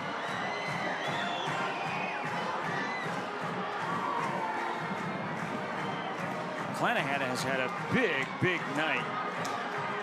Offensively and defensively. He's going to have some good receiving yard totals. That's the touchdown. That is the first touchdown of the night for the Titans. Kiep's PAT. Add that to his 3 field goals, and it's 44-16. As Connor Crandall throws his first touchdown pass of the season. Mike McClanahan with a second touchdown reception. Here's a look at the toss from the junior quarterback coming in due to the injury to Forsman tonight.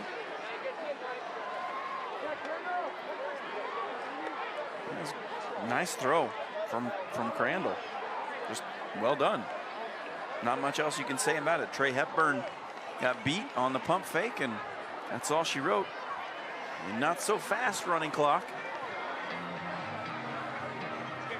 Well, they'd like to keep us here a little bit longer. They like us. They're They certainly do. All taking care of our crew here in the booth. The food and drinks we've gotten up here tonight.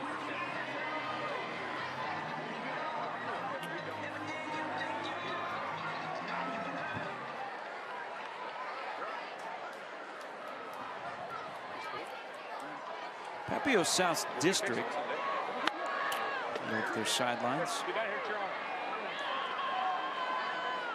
Ethan Lamp made a big tackle of Javon Ducker earlier in the game. You see him in your picture. But this district for the Titans, north, southeast, northeast, Bell East. So very attainable of a playoff spot. Yeah, sounds manageable. A short kickoff. It's a free ball. It's collected by Johnson, and he slides out of bounds. 5:51 to go.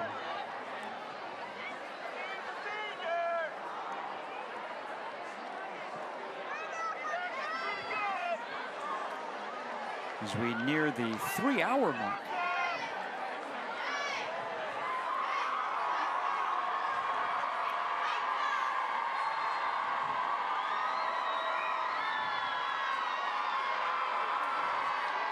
Keyser back in at quarterback after his long touchdown pass to Smith. Before that, a 49-yard score to Sullivan. Keyser will put it up again.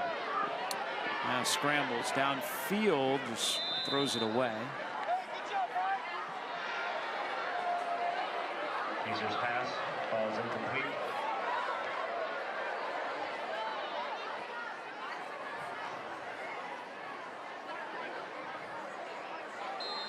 It's really been a weird game offensively for Bellevue West, to be quite honest. I mean, and Mike, you know what? We talked to Mike Huffman before the game, He says this team will come out for 3 series and look like world beaters, and then the next play they won't look like they've ever played football in their lives. I mean, was that a premonition of this game or what? Ducker is stood up again. Will Swanson leading the charge. They scored 49 in the first game against Lincoln High, 81 last week, 44 here tonight. So they've scored 174 points so far this year. You're absolutely right on what Mike said before the game about how they are offensively.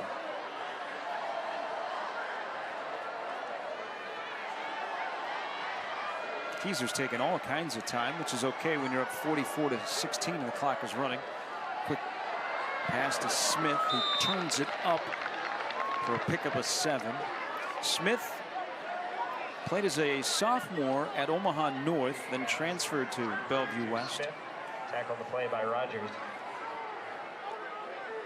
He's been offered by a handful of Division II schools: Southwest Minnesota State, Augustana, Sioux Falls. Has a walk-on offer from Iowa. Keezer, design quarterback run, goes for 9, and that'll be a first down.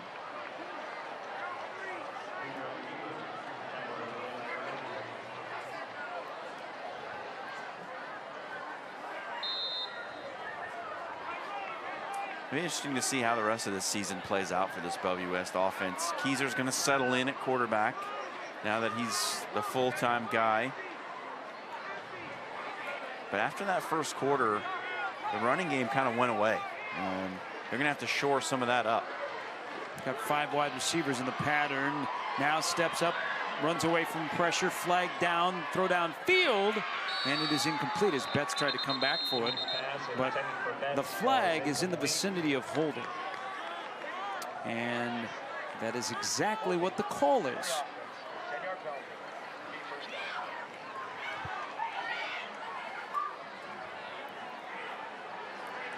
That's been too many penalties tonight. And I know that we get a chance to talk to Mike Huffman after the game, which we'd like to, that he's probably going to address that. That'll be one of the first things he talks about, is the discipline, the mental errors that they've had tonight. And he won't be that pleased about it, even though they've scored 44 points. I can tell you that. It's just the kind of guy he is.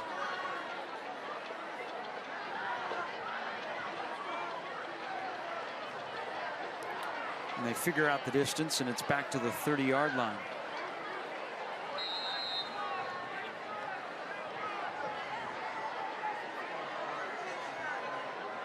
And that's 15 penalties now for 128 yards on Bellevue West. And here's Ducker, and Ducker's got some space, and he's got a blocker in front of him. Here he is with track speed down the sidelines, cuts it back, sees the end zone, and he's there. 80 yards. Javon Ducker. Just when you think he's been contained all night, he had a convoy in front of him, and he turned on that speed and ran by everyone to a familiar place. And that makes it 50-16. Look at this cut right there. And he cuts to the outside and gets that convoy going. Great read right here to cut it back inside off the block. Special player, Javon Ducker. Bad snap. 2-point conversion completed. Brondu, Ducker in the end zone. But they are going to say illegal man downfield on the conversion try as Ducker with the touchdown run.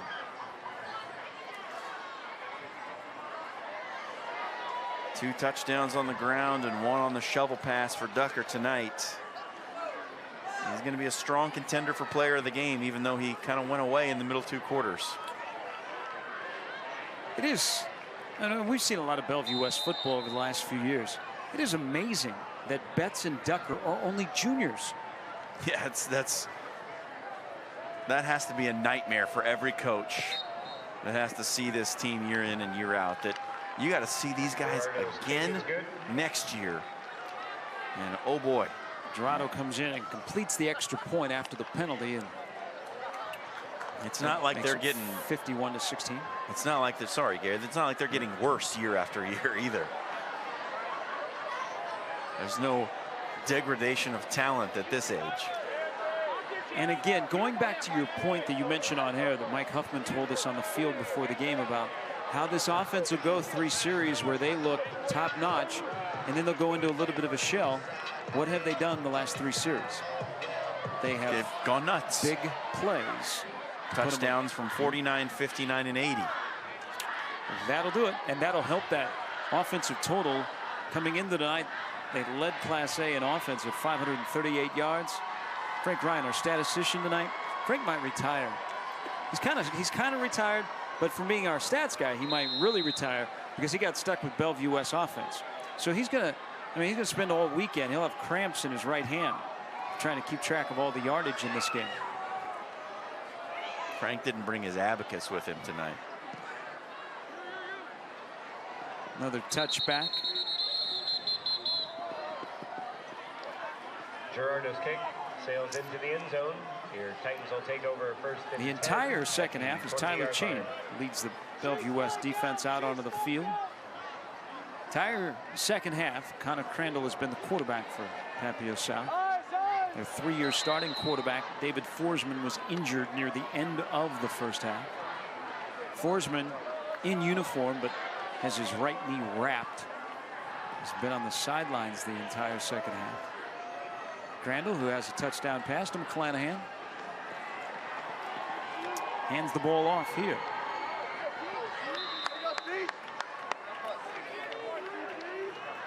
And a quick hitter by Nick Sitch, junior running back. Gets 8. Clock running, 3.5 to go. From Foundation Field, post-game show. Player of the game, play of the game. Lots of chatter. Lots of highlights, lots of pictures. And a Bellevue West victory. And starters are out of there now for that Bellevue West defense. You just saw them after the last play make the exit toward the sideline, and done some good work tonight. Outside of the touchdown following a long kick return and a personal foul penalty tacked on to the end of it, the 1-play drive that led to the touchdown, and kept a pretty good offense out of the end zone.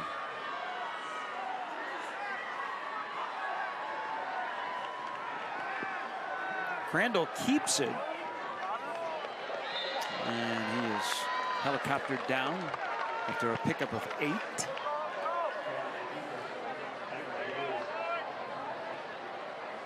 Crandall, the junior. He's made a couple of throws that kind of make you tilt your head and say, give this guy another year, he might be all right. He's learning behind Forsman, who is a 3-year starter. Not a bad guy to be an understudy to. Sitch has got a lot of room. And Nick Sitch with a quick hitter for 21 yards. Seat on the carry, tackled by Hayes. That carry's good. He's looked pretty good here. First down. Spelling Cotton in the late game situation.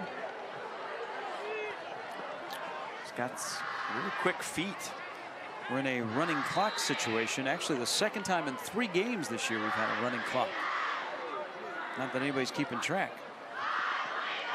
Sitch again with 90 seconds to go in the game. Tackled by Jack McDonald and also Josh Thompson.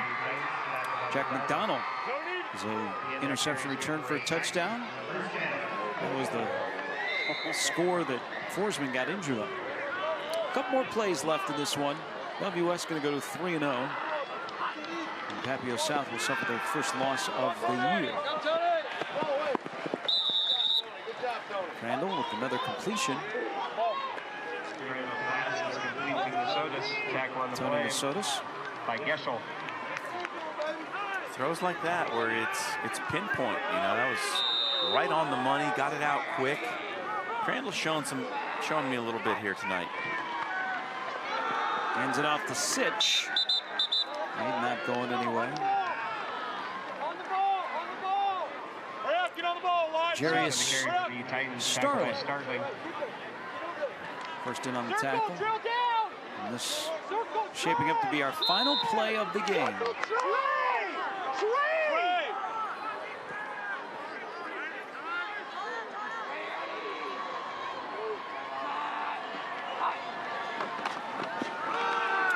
And Sitch is thrown down for a loss. And that's how this game will come to an end. Final score, Bellevue West 51. Papillion-LaVista South 16. The postgame show is next. Mike Huffman, now 74-30. In his 6th year at Bellevue West. His team is 3-0 and may move up in the rankings.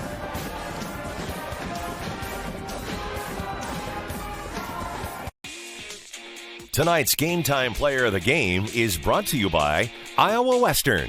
The world is waiting. Check out the stories behind the games all season long. Visit YurView.com. Now at H&H, factory direct clearance pre-owned. As a new car dealer, we get access to factory direct used vehicles before the public. And we just got a shipment at all 3 locations. Visit hhautomotive.com and click factory direct to see them all. Deals like this 2017 Camry, only $16,000. We're passing the savings on to you at all 3 H&H locations. Or shop online, hhautomotive.com.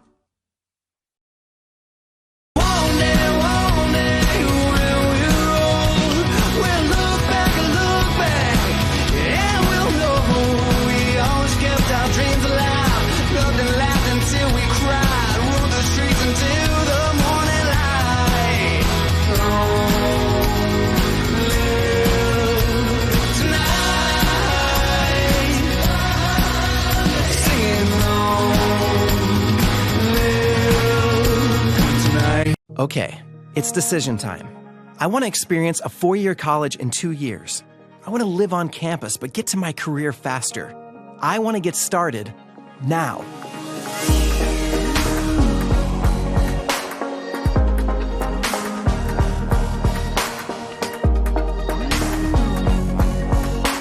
Find your path at iwcc.edu and get hands-on, real-world experience. Start now at Iowa Western. You're watching Game Time on YurView. For more in-depth coverage of the top players around, recruiting updates, behind-the-scenes access, and more, check out YurView.com.